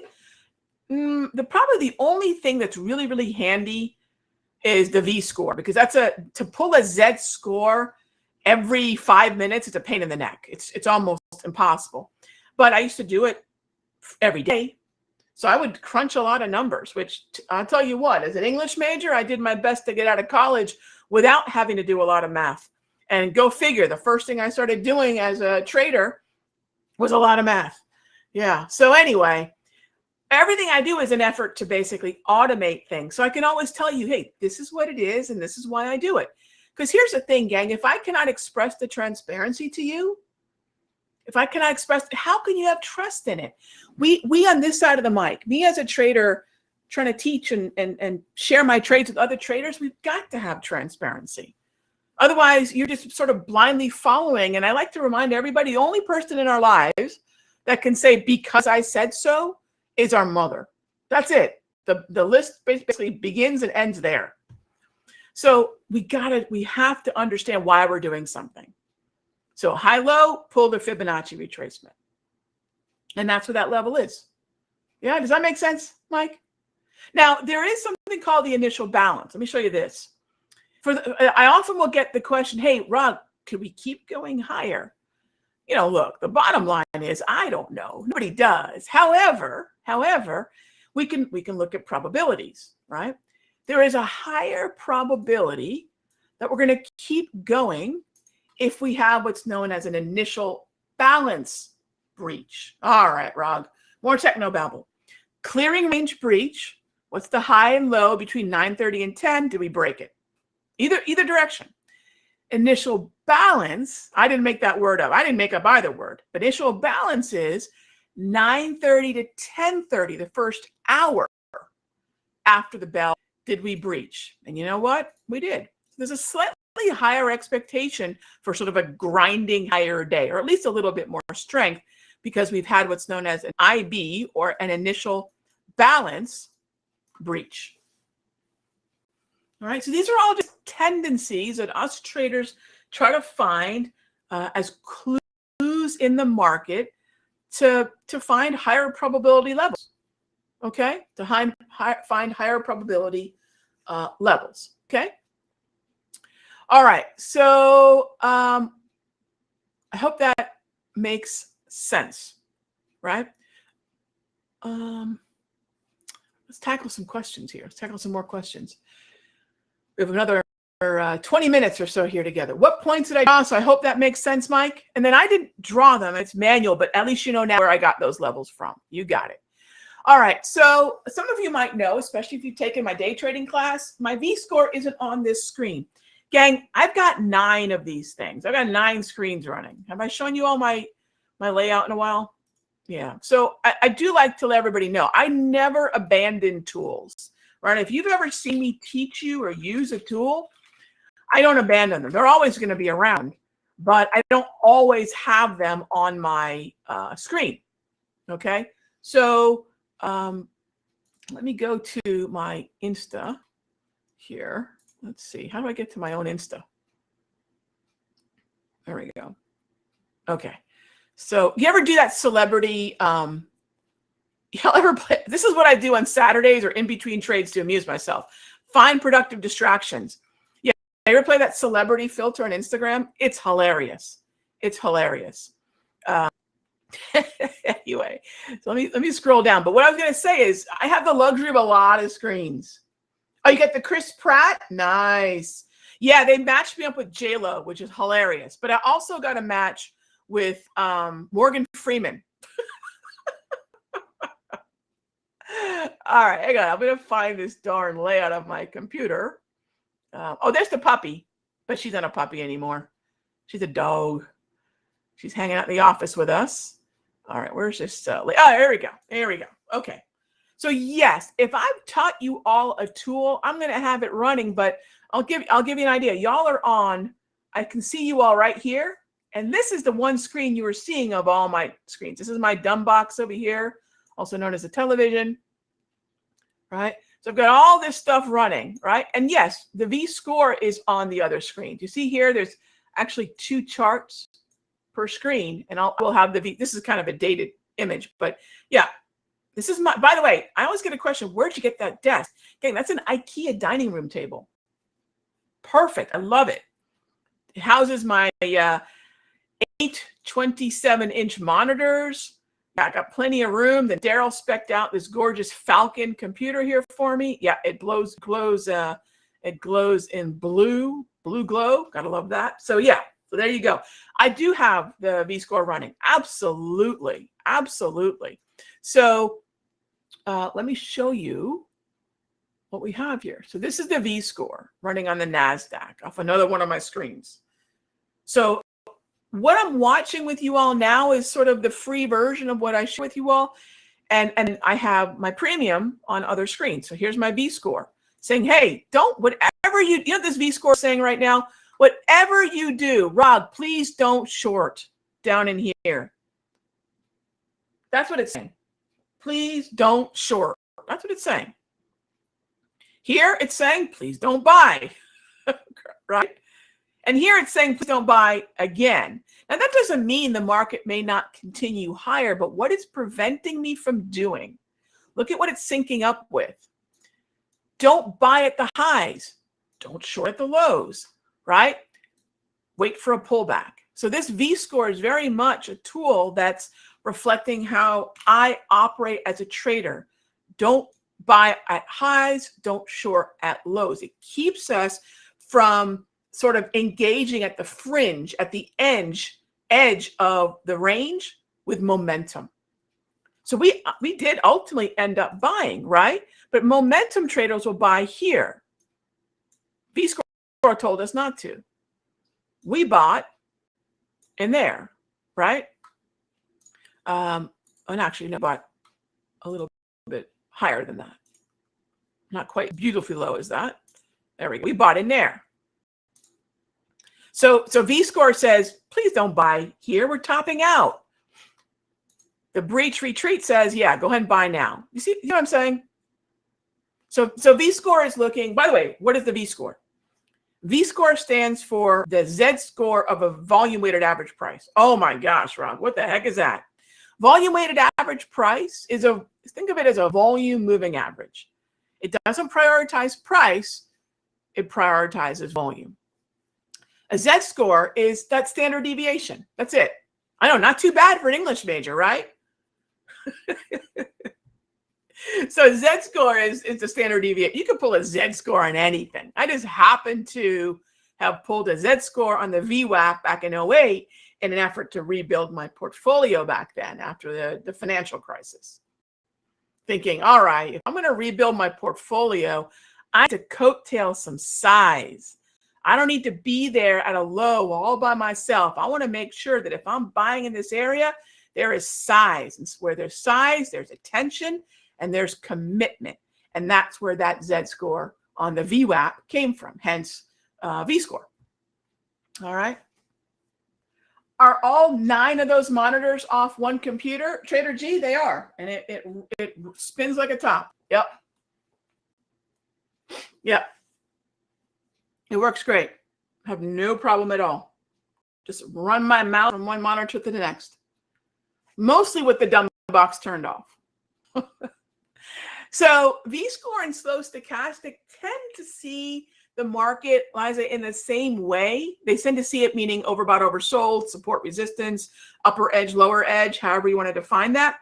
But they're finding their levels different. Remember, slow sto is a price-based tool. V-score is volume.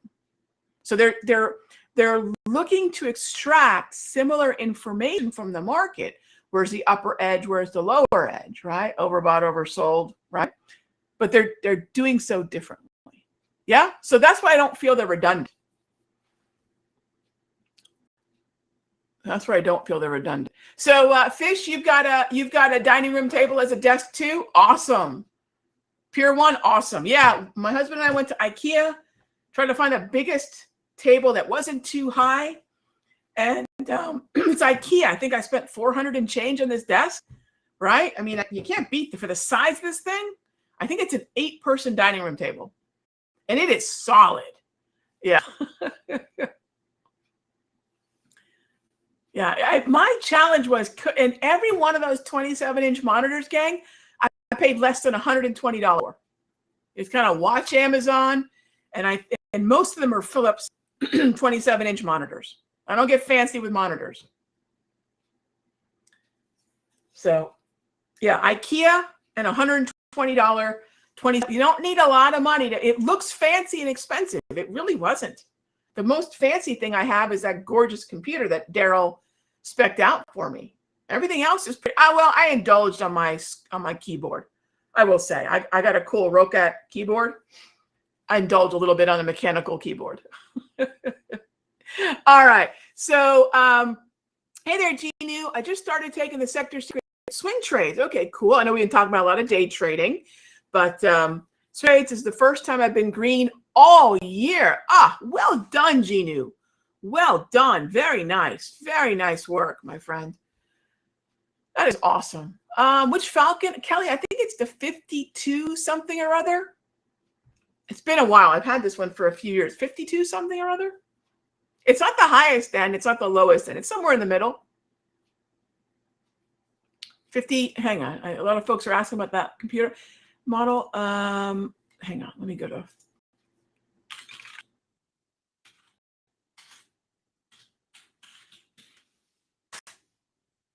I will say, when I first started running TOS on this thing, it was making me crazy. There you go. 52 GT. That's it.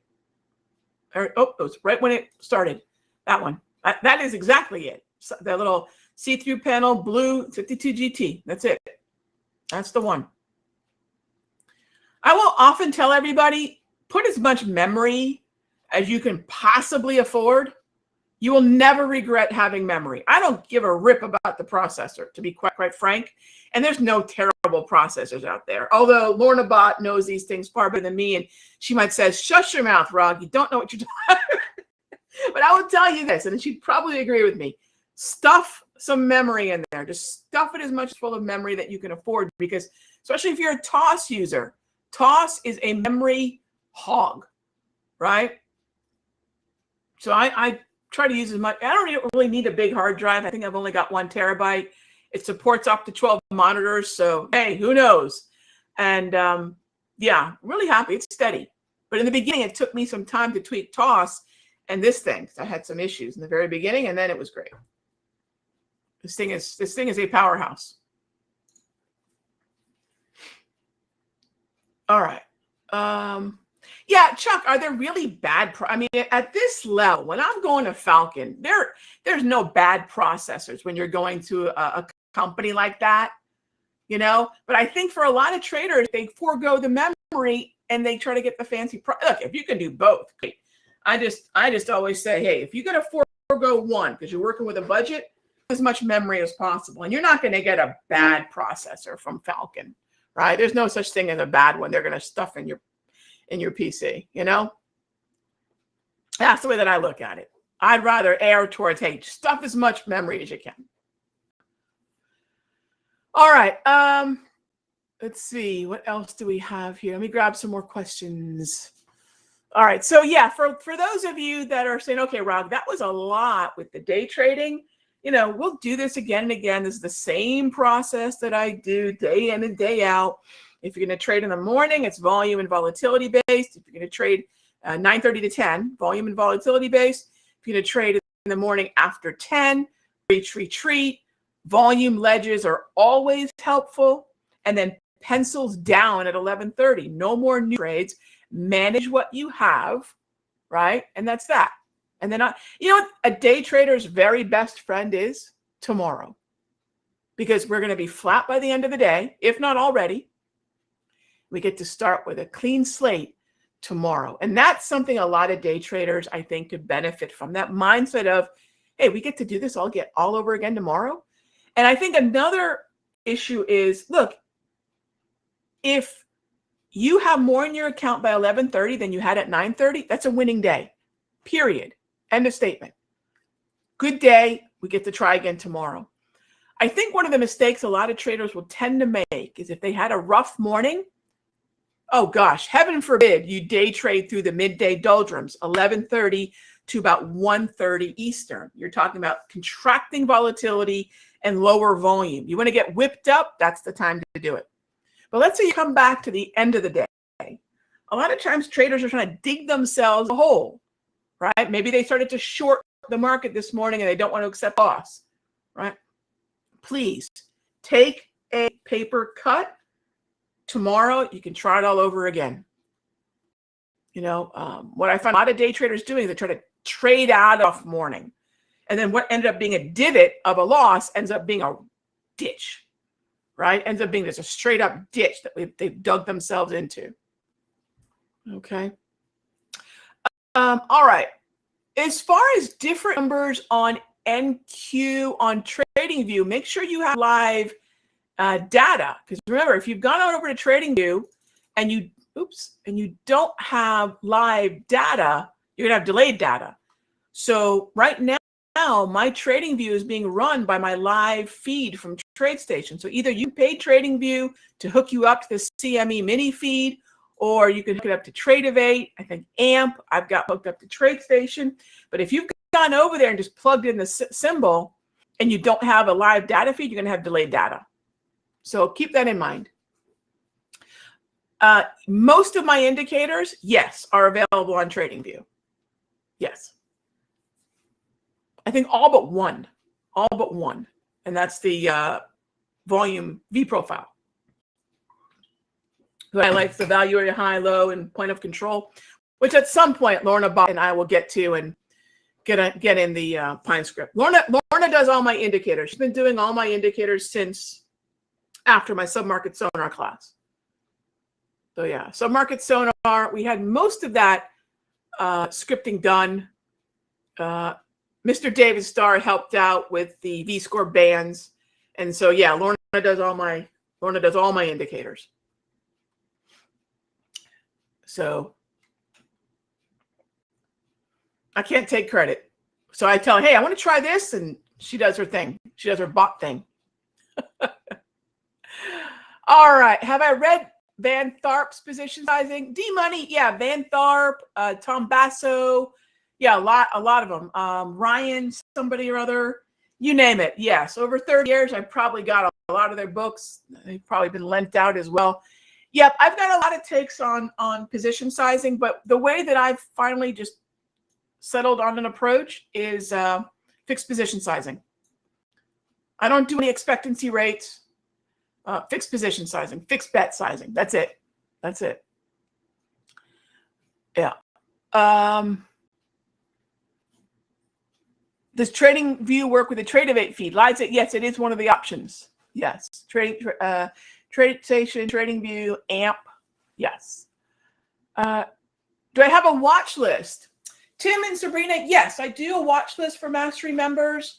But for the most part, with the way things have been so choppy, and because we're so macroeconomically sensitive to every hiccup from the FOMC, we discuss what we're watching, but for the most part, it's been getting the alerts out there, and on Wednesdays when we get together like this, we start to fine tune where we're looking. So the watch list with sort of the shelf life through the week hasn't been, when we get into choppy markets, it hasn't been necessarily the best way to go, because things can change so quickly, especially the last few weeks. Usually we do. I'll point you all in the right direction. We've been pretty consistent about where we're looking as of late on the longer term setup. So whether that be, we've been talking about XLC for weeks. XHB, which is, look at that. Talk about going gangbusters for us, gang. This has been something we've been in for weeks. Hey, Bot, I think we're closing in on the target on this thing. FXE and 6E, some of you know we've been talking about that one forever. We've been in this one. So the lists haven't been changing all that much at all, right? We've been pretty consistent.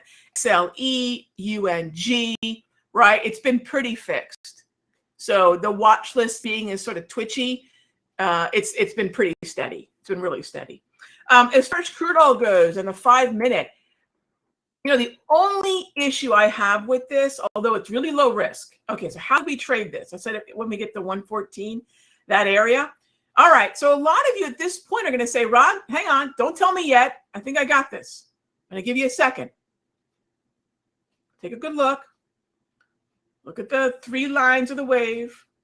Look at the colors here, the volume ledge. All right, here's our zone. Even more aggressively in here. Look at that volume ledge. Do you think I like that zone the best? 7 o'clock anchor. Yeah. Now if I go to the 9:30, that ledge is still there. Variable range. That's why I love this variable range. Boom, boom. So that's where I'd like to see. Now the most important thing is, how do I know if I'm wrong? If this doesn't hold the support of this lower line of the wave, my stop loss is going to be just below it. So I'll know pretty quickly. And the main headache is, gang, look at the time. So there's a tendency for the market to sort of drift around like a leaf on a breeze in the middle of the day. Remember, Europe is going, UK is leaving. US, their stomachs are growling. We're in the midday doldrums. The volume is contracted. The volatility is contracted. It won't be back until about here, 1:30 Eastern. So yes, price-wise and volume-wise, awesome, but we could float around for about the next 90 minutes. So you've got to factor that into your patience, your tolerance, etc. Not ideal, but yes, valid. Yeah, does that make sense? And by the way, those of you that are in the mastery on the daily time frames, we've been long crude for a while via USO calls. Gorgeous gap up for us here. And then the XLE, we talked about scaling out again. So another gorgeous gap up for us here as well. So that long crude trade, both end of day and intraday, has really generally been very, very good. In fact, the long commodities trade, whether that be Freeport McMoran, whether that be the EWZ Brazil ETF, right? Gangbusters. So, one of the cool things, and let me leave you with this. I know we talked about day trading here for a bit. remember, if we are pencils down by 11:30, we can take a little break in the afternoon, and then we can come back to look at the longer term time frames. And that's why I love putting a time limit on my day trading, because now I'm done, right? Pretty decent trade for me in the ES. And then now I can start focusing on the daily time frame and get back to those swing trades. This is where you can master and manage multiple time frames and multiple time horizons. Okay. So, I hope that I get so many questions about the day trading that I like to do. I hope this gives everyone a little bit of a taste of that, and just kind of the speed and the things that we look at.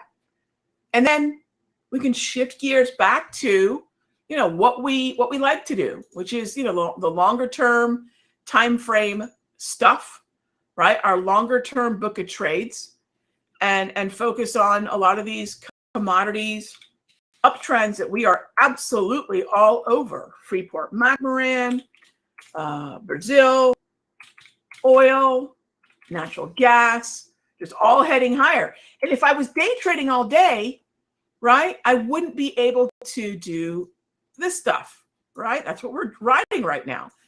So that's what I love to balance out. It's in the notes. How do we balance this out, right? So this gives you a really good foundation, I hope. And at this point, you can see, hey, okay, we can day trade and we can end of day trade. Of course.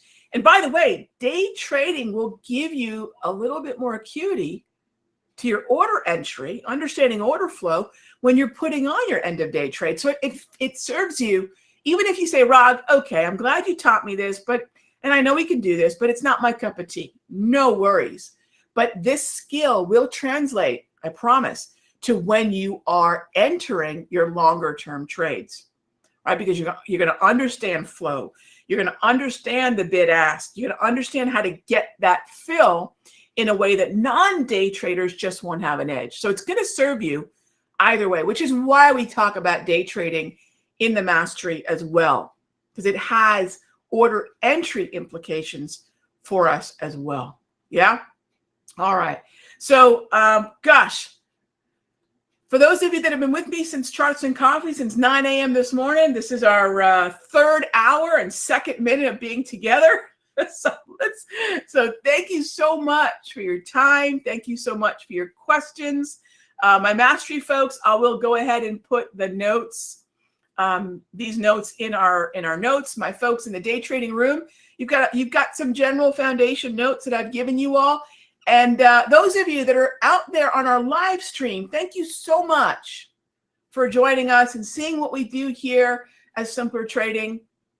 We really appreciate your time. I believe you all have my notes as well. So check that out. Hopefully that helps. And as I like to say to new traders, hopefully this gives you the knowledge to seek out more knowledge. And when you're ready to start trading, come on over, see what we've got. And thank you, everybody. Be good to each other, gang. And I will see you all soon. Mastery folks, I'm going to take a break, and I'll probably log back in a little bit later on. I'll be in the general chat, okay?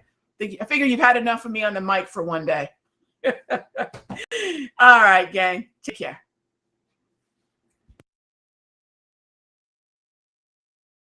At Simpler Trading, we show you how to trade with our own money. You have to find real traders who are making real money and imitate them and learn from them. If we go into a trade, we tell you why. And when we exit a trade, we explain it. They're just doing what they say they do. They'll just help you be a better trader. We're so confident that you'll love our day trading room.